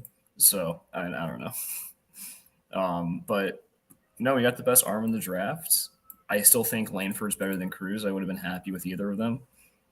But no, this is awesome. So, like, can you explain why you defended Max Clark but are happy the Pirates did not take him? Oh, well, because Max Clark's insane. Like, he gets Corbin Carroll comps, and when I hear Corbin Carroll comps, that moves me to where, like, sort of, if you're able to float some crazy person down to 42, like a first round talent, someone like a Braden Taylor or an Arjun Nimala type deal, like that's a really good draft. Or someone that has Waldrop gone yet, or if you can even float Waldrop down to 42, like that's a really good draft. And I'm not saying I would do that personally, but like there's a scenario where Max Clark's the best player out of this draft. I think I can agree with that. Like I've said all show, my concern is more the fit with the Pirates, that they don't develop high school bats very well. I think there's a very serious concern that Max Clark doesn't develop much power. He's already, 6'1", 200 pounds. What's he going to do? Add on another 20 pounds? Is that really going to suddenly make him a 30 home run guy? I don't really think so. I think the bat path needs cleaned up. There's a lot of things I don't really love about his game. Also, he's kind of one of them TikTok new generation baseball players that I just don't Here like. comes the old man Boomer Tyler. Tyler. He wears those stupid crosses, eye black crap. He has 1,000 social media accounts that are ran by like social media teams. Max Clark. You know what? I'm mad we didn't get. I'm not Max done Clark yet now. with my rant. Well, no, because my thing about that is that one of the biggest things I loved about Max Clark is that he almost has that Bryce Harper type attitude. Like he is a dick, and you know that he's a dick. But he's not Bryce Harper level good. And I think that's fair. In 5 years, Max Clark could be the face of baseball. Like he has that type of potential of just like the personality. He's already extremely famous. If you were to ask a 13, 14-year-old to name one player in this draft, they'd probably say Max Clark. They wouldn't say Dylan Cruz. They wouldn't say Paul Skenes. Max Clark is everywhere for that generation. He's the new travel ball kid type, long hair, blonde hair, eye black everywhere. That's what it is now. He's the new generation baseball player. That's fine. I just have concerns with the baseball player in general. I also have concerns with the Pirates developing that baseball player. I think he probably could be the face of baseball in maybe 7 years, and then we're all going to look like dummies. But if he was drafted to the Pirates, I don't think he would be. No, I think that's fair. And I don't like him in Detroit because you're talking about the power issue. He's going to a cavern, into a team that doesn't really develop bats too well. So you're right. Like there's always that inherent risk by going high school. You have to develop him, right? But that floor is so low. Now, what I will say is I think Kyle was comparing him to PCA of the Cubs. And if you're telling me rather I'd have like the best pitching prospect in baseball or PCA, I'll take the best pitching prospect every time. He was never the top of my like choice. I would just say that he's really, really good. And I wouldn't be terribly upset. The only reason I'd be upset is because Ben Sherrington didn't think he was the best player and instead was trying to get fancy with the deal. But I actually really like getting the best pitching prospect since Cole for 500K under slot. I think that's actually really well done. I also think I think if the Pirates were drafting fourth, Max Clark I'd probably be banging the drum for him, honestly. Yeah. Drafting 1-1 in this year, don't want him. That's really what it comes down to. No. In a normal year, Max Clark is the number one pick, guaranteed. Like, I think if the upside is huge. Yeah. To justify it, he needs to be Jackson Holiday. I think like he would have to have a Jackson Holiday type trajectory. And do you think that Max Clark is like that? I don't know what you guys think, but do you think like he has like the Jackson Holiday type talent? I think he's got Jackson Holiday type talent at the time of the draft, but I don't think anybody also expected Jackson Holiday to do what he's doing at this point. I mean, that pick was it was questionable at best. Like he wasn't the number one player on the board by I think anyone. And clearly looking back on that draft, the Orioles did a good job with that one. Yeah. He's just got put the AA today, didn't he? Yeah. So already promoted to AA. And there is something to be said because I mean the opposite side of that coin is Andrew Jones Jr., I guess, who has been awful ever since he's been drafted. So no, Paul Skenes. I can't stop saying it. Now it's in your head. It's a great pick. But you also look, you brought up Drew Jones, but you also Elijah Green too. Like Elijah Green is playing awful right now. To be fair, Elijah Green had so many holes in his swing. Like when he was drafted, like the warning signs were always there. I don't know if that's the case of Clark. Something that Clark has going for him is that his floor is so high.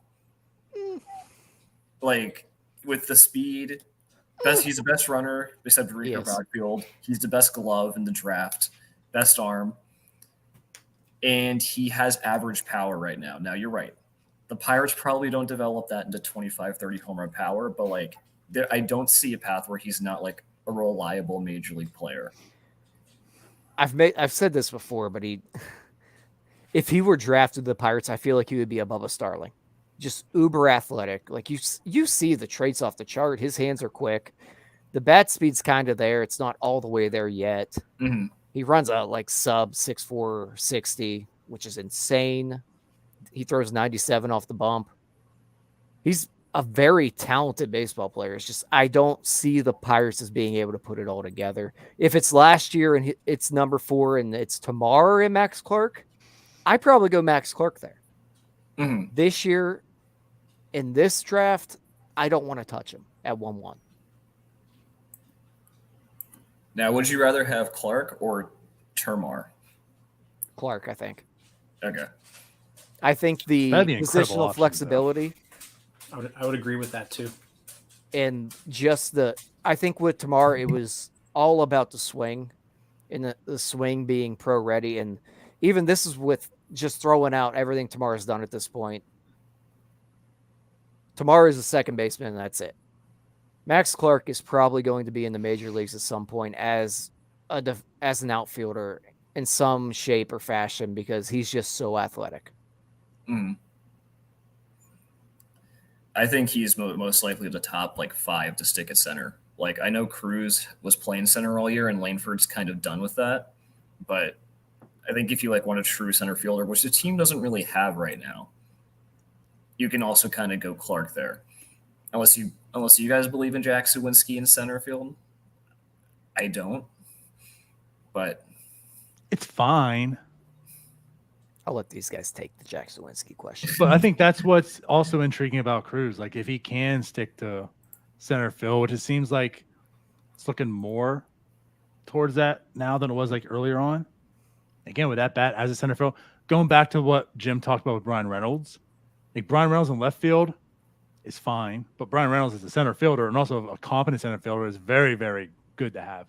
So like if you had, for example, Reynolds and Sawinski at the corners and Cruz in center, that could be nice.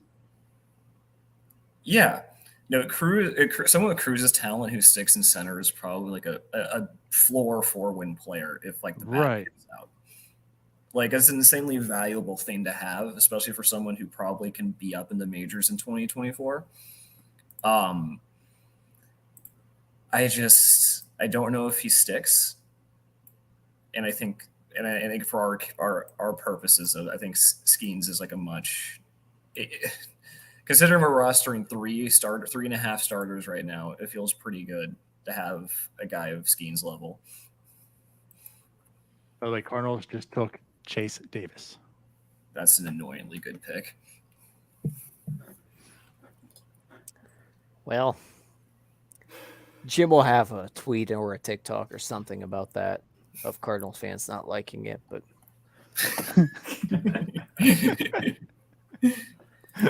no, that is a good pick though. Chase Davis, good college bat. Who makes it to the big leagues first, Chase Davis or Paul Skenes? Skenes. I think Skenes does. Chase Davis is probably a top 10 pick in normal draft. But again, I think the first guy to make the majors in this draft is Rhett Lowder. That's fair.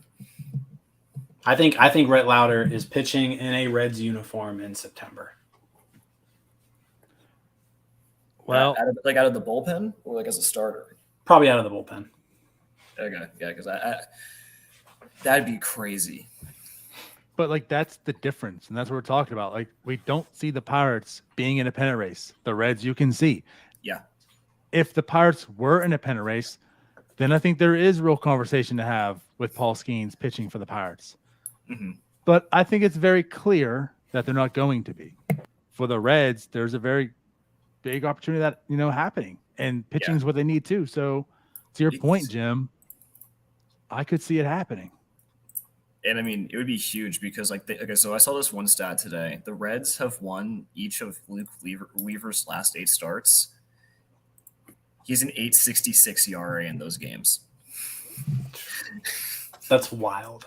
That is crazy. So if you think Rhett Lowder's like MLB ready and you throw him into that rotation, that's such an upgrade already. It's true. So back to us saying about Skenes. You talk about AA or major leaguer. I mean, yeah, he could be the Pirates' number 3 starter right now. Yeah, so I could see that.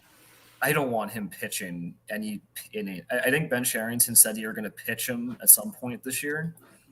I'd be okay with them shutting him down. I'm okay. I want what I want, and I think yes and no. I want them to, since he's probably not going to pitch for a while, just immediately send him to Bradenton and let him hit. What's the worst that can happen? He gets drilled in the hand with a pitch. That's true. I want to see though if we have a 2-way player. Do I think it's we don't stop it, Neil? No, I want to see it. No, I don't want to see it at all. I actually don't want to see it. I don't want to see Paul Skenes with a bat in his hand whatsoever. His only at bats are as a sophomore catcher in the Mountain West Conference, playing in elevations that don't even exist anywhere else in the pro baseball world. So, no, pass. Does this make sense? And here's where I stand on it too. I'm perfectly okay with a Bubba Chandler doing it, and let's find out. With the Paul Skenes, I want no part of it. And the way I'm thinking about it is you draft the Paul Skenes because you want Paul Skenes on the mound. That's the player you want. I don't want to sacrifice any of the pitching to find out if he can hit. You don't draft Paul Skenes so you can have, I guess, a Jamison. He's not a project. Tyone, He's not a project. And I'm saying a Jamison Tyone and a Jack Sawinski. I want Paul Skenes because I want playoff Steven Strasburg. You're not getting a Jack Sawinski out of Paul Skenes at the plate. He No, hit but an I'm Air just saying Force. to even say that you would. I'm just trying to say, I don't draft him so I can have a Tyone and Sawinski. It's stupid we're even talking about this. It's not even on the table. Okay, It should be. fine. Tyler's right. Just send him to Bradenton for a month. See if he can DH. I don't know. No, he could take batting practice before a game if he's bored. Yeah, he could do that. I don't want him in the game. I don't want him sliding. What happens if he slides head first in the second base, breaks his wrist, and then he can't pitch? No. I don't want Paul Skenes anywhere near a baseball field unless he's pitching. Yeah. All right. That's it. We're good. I mean, you just spent again, $9.25 million on a guy. I'm saying it knowing it's never going to happen. I am fully aware that he is a pitcher. He's never going to play a 2-way player. Then don't even entertain it. You only entertain it if you think it could happen. Yeah. LSU thought he was too valuable as a pitcher to not hit him. I mean, And he played there for free to them. For free. So I missed this quote. There is definitely some money, but I mean, but not really from them, technically. No, but that was definitely part of the promise. So I can't see exactly who it was who said this, but someone on ESPN said the outfielders could be all-stars, referring to, Skenes, Langford, Clark. He goes, I think Cruz, Langford, Clark. And he goes, I think Paul Skenes. He said, I think it's 2 hours and 15 minutes into this thing. He says, I think Paul Skenes you could build a statue for. That was the quote. He's not building a statue in Pittsburgh, P.S., because we're only going to have him for 6 years. Maybe. If that. But, 4.5. guys, we're missing this whole thing. How many prospects are the Pirates going to get in 2028 for Paul Skenes? Now, that's a good point. When GM Ross, he's also the most tradable. Let's think long term here. If Paul Skenes turns into an ace, you're getting absolute pristine prospects back. Dylan Cruz, maybe not so much. only if you want them. You might, if it's Sherrington or whoever the GM at that point in time is, doesn't want those type of pristine prospects, and they want mid prospects, they can also get those. It's true. They would have to capitalize on Skenes, though. Also, you're missing that point, Tyler. But the opportunity is there. I mean, I'm not sure if the ability they is could there. get a prospect who could be Skenes one day. Or to compete at Marcano. Right. I mean, to be fair, Marcano did come in a rental for a not so great second baseman. So It is a year and a half, by the way, not just a They rental. could probably trade Skenes for like a Max Clark type guy. Hey, maybe that's the move that happens.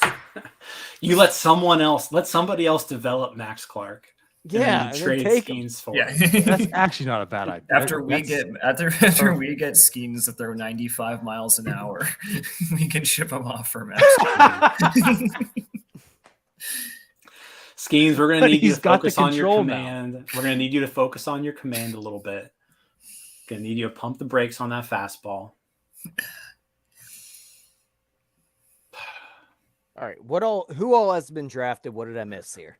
Because Chase did. I have no idea who Colt Emerson is. Colt Emerson, he Emerson got is drafted. He might be the highest drafted Ohio high school prospect in a very long time. Oh, is that your boy? That That's your is boy? him. Shortstop out of John Glenn High School. Does he play baseball the right way? Crosses his eye black. And Um, as far as I know, he does not have a TikTok page. Also, from what I can tell, that's the first high school shortstop. Nimala. Was Namala picked? Nimala went to the Blue Yeah, Jays. Blue Jays. Insanely good pick for 20. I also don't think Namala is going to stay at shortstop. But Colt Emerson. but he's a shortstop for now. So, sorry, all I can imagine is like Tyler like going through TikTok and like looking up every high school prospect to see if they have one and making his pre-draft judgment based off of that. No. But when Max Clark shows up as much as he honestly, you can look at Max Clark one time and go, Yeah, I mean Max Clark has like how many Instagram followers? Like He's definitely the type of- 100,000. I mean, Like, it's up there. look, He definitely looks like the type of guy who will tell you that his dad's a lawyer, so like don't mess with him. Like that is definitely the vibe he gives off. he's all got that Jim's long friends. hair with the eye black and all the Evo Shield stuff everywhere.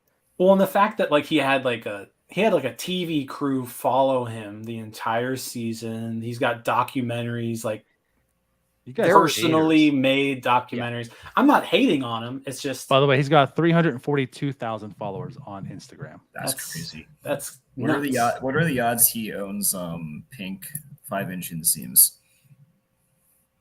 Very. Absolutely. No, like 100%. 100% he does. Okay. He probably custom made 3. But like he is the epitome of a travel ball kid. Oh yeah. And I I- would love him. look, in like 7 years, he definitely he's the face of this new baseball generation, to be honest. Like that's, Max Clark one that's the day kid. he's someone who's going to be on the cover of MLB The Show. Oh, yeah. If he By the way, 278,000 on Like, TikTok. And yeah, let's like, be if he honest here. pans out. When I talk about fit, I talked a lot about what the Pirates have done with high school bats and things like that. Just fit in Pittsburgh in general, Max Clark's not the guy. Pittsburgh would despise him. Yeah.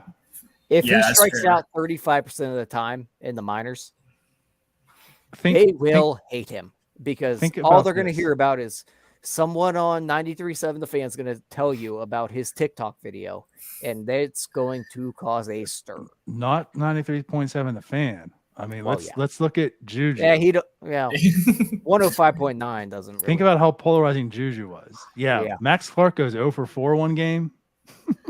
I'm talking about before he's even. You know in what? Pittsburgh. Could You you know imagine? what? Though that is a good point. Like if like the media, the Pittsburgh media and fans, they don't like people like Max Clark. I mean, they hated better be- Starlin Marte. who wasn't even like a showboaty guy. Like, Couldn't even speak English. that's the thing. It's like, like there's definitely the whole like there was something unique about Juju and Marte that Max Clark doesn't share, that the Pittsburgh media dislike, but he would definitely be despised. Like Colin Dunlap would be up in arms over Max Clark. Oh, everybody would 'cause- hate Max Clark. Well, because what would there would be a game where Max Clark goes 0 for 4, like you said, strikes out in a big spot, and then like immediately will put up a TikTok, and someone will lose their mind. Yeah. These old heads. Get some new blood. Or more likely, he's going to be hitting very poorly in the minors because the Pirates can't develop anybody. And he's going to be all over TikTok. And somebody will have a whole on show about him and how they should have drafted Paul Skenes or Dylan Cruz. Well, that's the problem. Like the optics of like drafting someone like Clark is that when you have three guys like as good as the top three college guys are, like if you go down that route, if he does not immediately hit the ground running, that probably turns everyone who was like for Ben Sherrington against him. And I don't know if that even factors in, or like Bob would even care about that to like his job security. But yeah, there's a lot of inherent risk. No, the pitchforks would be everywhere. They're already out, but everybody would have their pitchforks if Max Clark was a failure in Pittsburgh. Yeah, that's very fair. And again, like that's the thing about the two top picks. I mean, everyone comes with the risk, but that's why you pick them. Like they're very, very good and like the least risky. Like how we're talking about with Max Clark, he could be the best player, but he also easily could be the worst player of these. Where Skenes could be the best player, but I could see him not being worse than like top 3. You know what I mean? Like the floors in these guys are just so crazy high. So with Sherrington, not that it should matter, but I think that's kind of why you want this route. Like they're very, very good, but also they're probably going to be major leaguers at the very least. Mm-hmm. At the end of the day, it just comes back to there were two guys that were clearly at the top of the board. Thankfully, they took one of them. Yeah. Guardians got Ralphie Velasquez. I have no idea who that is. For the record, we are not even halfway to our next Pirates pick. Do they pick again? No, today? we are. We're halfway. They do pick again today. Oh, we are halfway. I'm sorry. It speeds up like once we get to the second. See, Jim will want me as a hitter. But it's still gonna be another 2 hours before the Pirates pick, probably. Yeah. At least an hour and a half. Yeah. I mean, I guess at least it's not the NFL draft, which is like the worst thing to ever watch. Really. But there's also at least, first round, the first night, and it's 30 picks. Yeah, but that takes 3 hours or something like that. We are 2 hours, 23 minutes in. And, 2 hours, 11 minutes in. We're live for 2:23, 2:24. We could be looking at.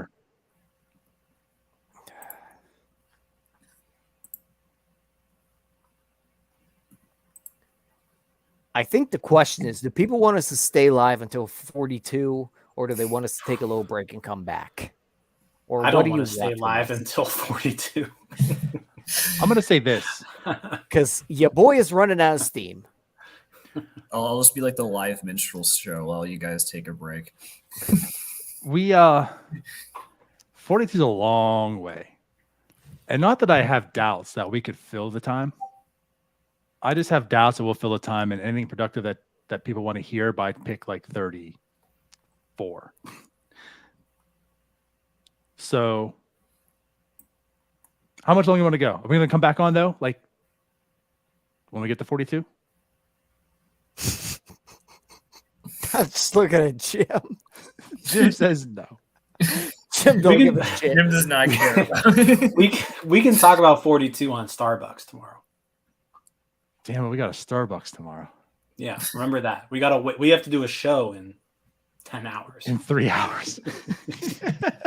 Is pick 42 going to happen by the time we do Starbucks? That's 7 a.m., Jim. We might do it live. That's fair. We can talk about it tomorrow morning. And do we know if Paul Skenes is on the show yet? Because if he is, then I'm done. I don't want to wait here until 42. Yeah, then I'm done. Jim's not going to wake up for Starbucks because he stays up till 2 playing getting the Paul Skenes card. If you've got to grind for the Paul Skenes card on MLB The Show, I'm not sleeping tonight. Jim's calling him sick. It's in a pack, Jim. But I'm going to go. Like, I'm going to have to save up as much money as I can so I can spend thousands of dollars on stubs. All right. And so what's the deal? I'm here waiting for MLB The Show to go to PC because. Well, let's do this. Let's bring on Connor. Connor looks like he hopped in here. He has some thoughts to share. Oh, Connor, you've got to change your name first. You know what? We don't even show our names on here, so your name's fine. But no bashing me. All right, no bashing me. This is a what is your thought on the pick, Connor? Hold on, let me. It's like a radio caller. Turn your radio down, Connor. Hello? Hello, at least am I not on? on mute, like some people. Hello? Am I on? Hey, Yeah, hey. Imagine how dumb you'd have to be to not know how the comp round works. What a dummy. But I guess that's why you didn't go to Stanford. Hey, you're about to be on the show for 5 seconds. You know what it is? Hold on. Here's the thing. When you're doing shows like this, you need to keep up with the audience engagement. So every once in a while, I'll just say something wrong to see if people are paying attention. Is that what it is? That's what it is. I'll say something wrong just to see if someone's paying attention. What you're telling me is that you're tanking and you have a 5-year plan. So what it is when it's gone, quite a bit of time without Ethan commenting, I'm like, what can I say here that will get Ethan engaged in this episode? Ethan's one of like the 30 people watching. It's so like a calculated bet. Right. So like I know Ethan's out there and I'm just like, where's Ethan at? Right. So the way you get Ethan to engage is say something wrong because he'll correct you every time. And I love Ethan for that. I mean, reason why I ever say anything wrong. He's certainly not reserved. When you say something wrong, no fear. It's all about engagement. It's all about engagement. Whenever they need to get some comments going, they mention the fact that I can't pronounce a guy's name. And it's why you must forever pronounce his name. I don't know. It's happened like 5 times in 2 days. I don't know. There have been a lot. There's specific kinds of engagement I think you don't want. And that's not one of them. Ethan correcting Jim is a very good kind of engagement. Very much. There he is. See? Like of course you are. Hey, there's a reason. There's a reason for everything.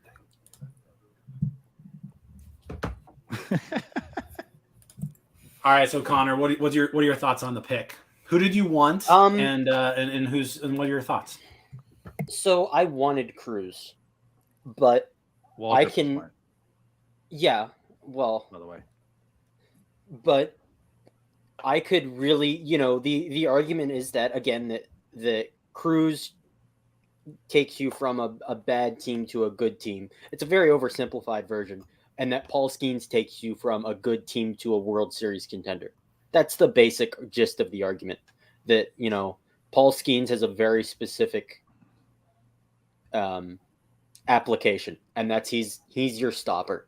He's the big arm, and that is the risk of acquiring that more valuable than the reliability of having an everyday good all-star caliber player? I don't know.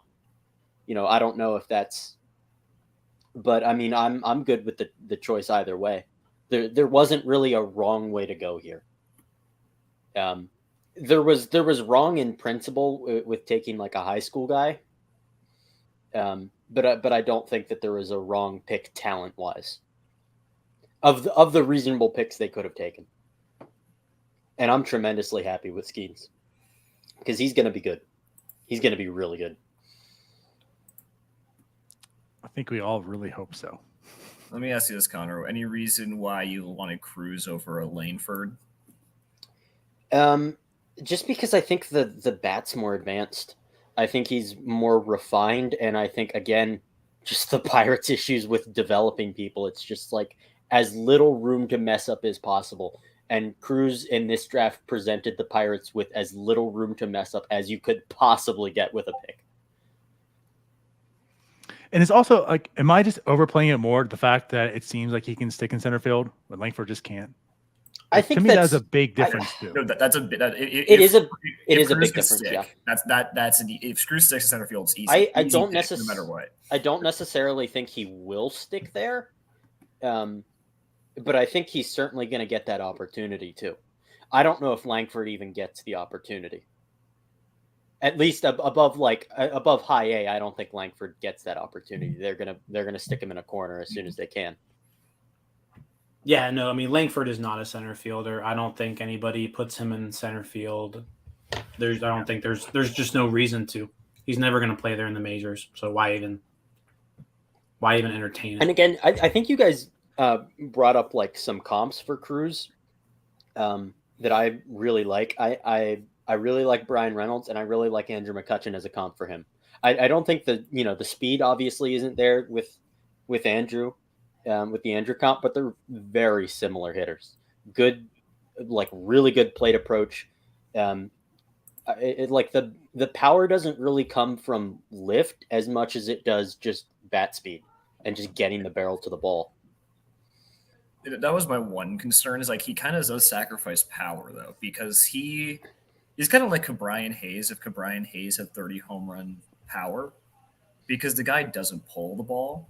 Like, I think it took him like 11. I think that was 11th home run of the year was his first home run that didn't go opposite field. And so that was one of my bigger concerns. Like, he would sacrifice that power. So, I mean, I guess it's kind of, but would you say a Anthony Rendon comp is fair? Like, that's kind of the vibe that I kind of get from him. I don't know. Because I think we're so far because I haven't seen Anthony Rendon play in the last couple of years. Anthony Rendon was a dude, though. He was a dude. I think that's not an unfair comp, but like we're so far removed from him being good that like I have a hard time remembering like exact specifics. I remember how good he was. I just don't remember. But I don't think that's an unfair comp. No, I think that's fair. And like I said, the swing just in general reminds me of Brian Reynolds. And I think that's kind of where he ends up having is like a Brian Reynolds-like career. I think that's probably a pretty realistic outcome for him.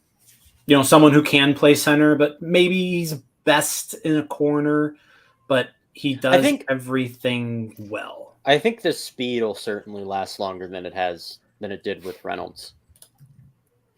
Because Reynolds hasn't been good defensively this year. I don't know if that's just a lingering back thing. Because, I mean, you see that with players when they have back issues that, like, the speed falls off, the defense falls off. And I'll say that, too. I think, like, the comp with Reynolds, and, of course, talk about center field. We didn't think Reynolds would play a good center field, but he did. But also, he played it much later. I mean, he got caught up at 24 to begin with. He wasn't really playing center field like 26. Like he started late, where like you would imagine Cruz comes up right away playing center. Yeah, it was like early prime. Like he would last in center longer than like Cruz. It was almost like the Pirates putting Rodolfo at short out of necessity. If Rodolfo had been good at short, but he ended up being good. They really needed Brian Reynolds to play center that year. They did, and he played well. So it's like, oh wow. Where like Cruz is going to be playing it more in his younger years. He got more legs under him, probably more athletic.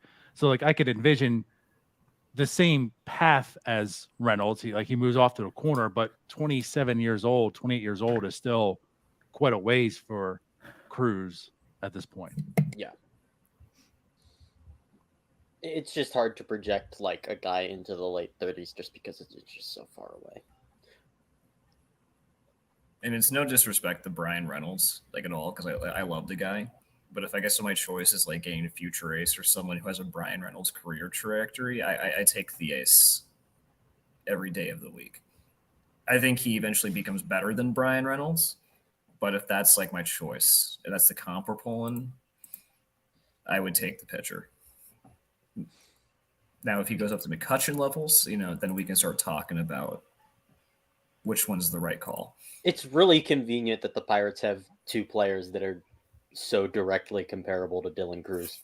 Like in terms of career trajectory, it's very convenient. On the current team right now, it's on its way to last in the NL. Yeah. Yeah, it's funny.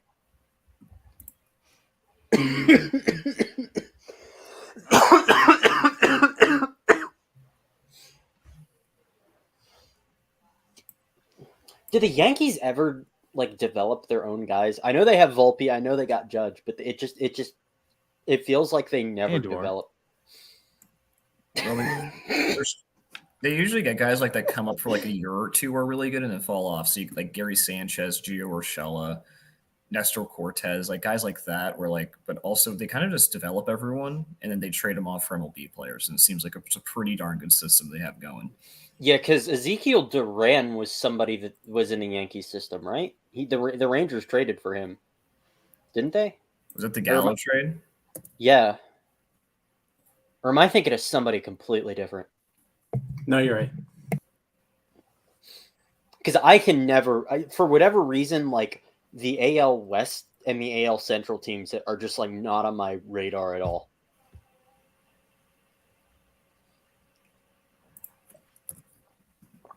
It's why I'm a big fan of this balanced schedule, because now I can I actually have a legitimate reason to push myself to pay attention to those teams.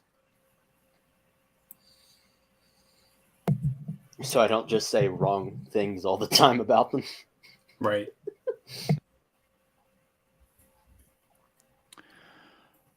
Well, guys,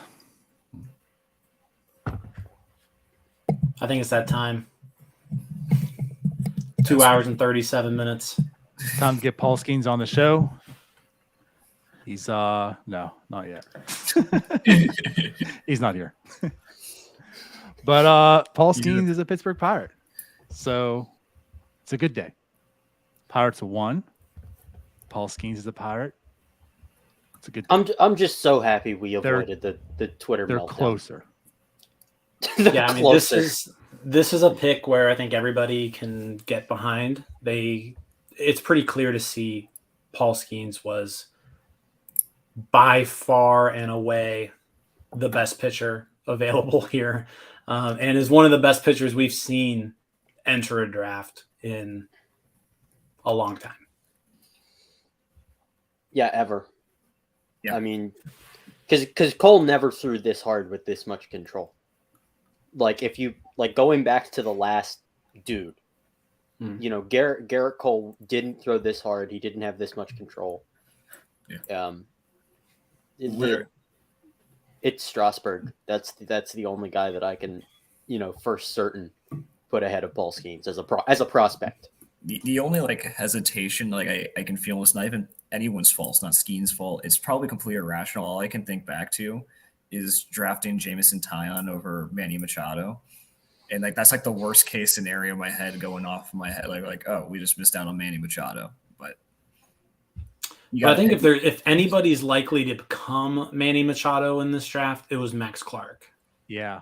I think he's got the highest ceiling of anybody out of any of those bats. And the odds of that happening, they're there. But you're also talking about a difference here where those were two high school guys. Yeah. Both of them needed a ton of development.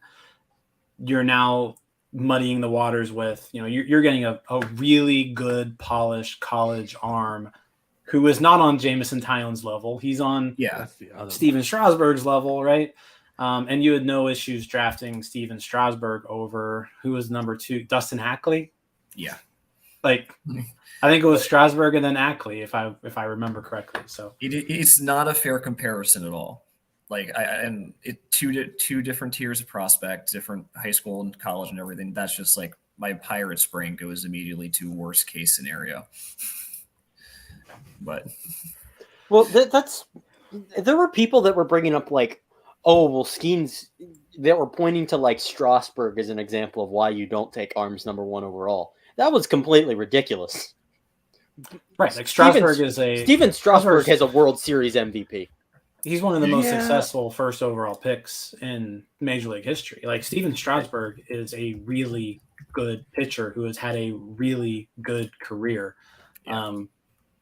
If you get Steven Strasburg type production from Paul Skenes, you're happy with that. Yeah, I think I said this like at the end of the show with Callis. Like, if you get 30 WAR out of Paul Skenes, you have won the trade. You have won the draft. Like that is an easy win, especially since we're not keeping him for his entire career. If you get 30 WAR, like if you were sitting pretty. If you really wanted to point towards an example of why you don't take arms number 1 overall, it's Mark Apple, or whatever his first name is. The Astros, whatever. It's Appel. You big It's Appel. You and Neil both. That's the bottom row here. Can't pronounce first overall names. Hey, I got Appel right. Apple. I love it. Well, it doesn't really matter what his name was because did he ever make a major league? Did he ever make? He did. He's a reliever. He did. He made it last year with the Phillies at age. Is he 30. with anybody? He got some saves too. Is he with anybody this year? Right now, I don't know. I think he's still with the Phillies organization. I think. Because I saw him posting on social media about how special that moment was, and I'm like, oh, okay, so you're like retired. He's not with anybody right now. Yeah. Okay. No. So he's retired. He's done. Yeah, but that would be like the better example to go to as a guy who was just like absolutely ruined by injuries. But poor Tyon was ruined by injuries, man. Like Appel wasn't anywhere. Appel was just bad. Yeah, like Appel was just flat out bad. Didn't he have like recurring injury issues? No, he was just bad. He was bad, and then he retired because he was so bad, and then he came back like 5 years later. Okay, well then that invalidates my point. 5 years. It was like entirely 2 or 3 years, wasn't it? Either way. Yeah, no. Appel was drafted in like what 2014. That was a 2014 first overall pick, correct? Or was it 2013? Well, so he was the 8th overall pick in 2012, didn't sign, and then he was the first overall pick in 2013. Now, do you think do they just go best player available that they think they can sign at 42, or is it like any specific thing that they sign there? I think they've got somebody in mind that they really want, and they're going to tell him, "You want a lot of money." Like it's going to be an overslot signing that's being pushed down to them. Yeah, I think McGonigal was the guy that sourced up out of Pennsylvania. Because I'm not very familiar with like the later first round picks, so I don't know who realistically could fall to them. I know the Mariners have 29 and 30. We're at 28 right now, so we're only like 10 away, or not 10 away. 17. Give me a high school bat with a bunch of tools. Give me that. Yeah. Yeah. Like the main thing there is to just like get upside, not floor. Give me a toolsy high school bat. Right after we just spent the last 40 minutes talking about how they can't develop high school bats. Yeah. But I mean, that's what this pick's here for. This pick's here to get something. I'd rather do it at second than number 1 overall. Right. Yeah, right. that's fair. Yeah. This is the pick you play around with.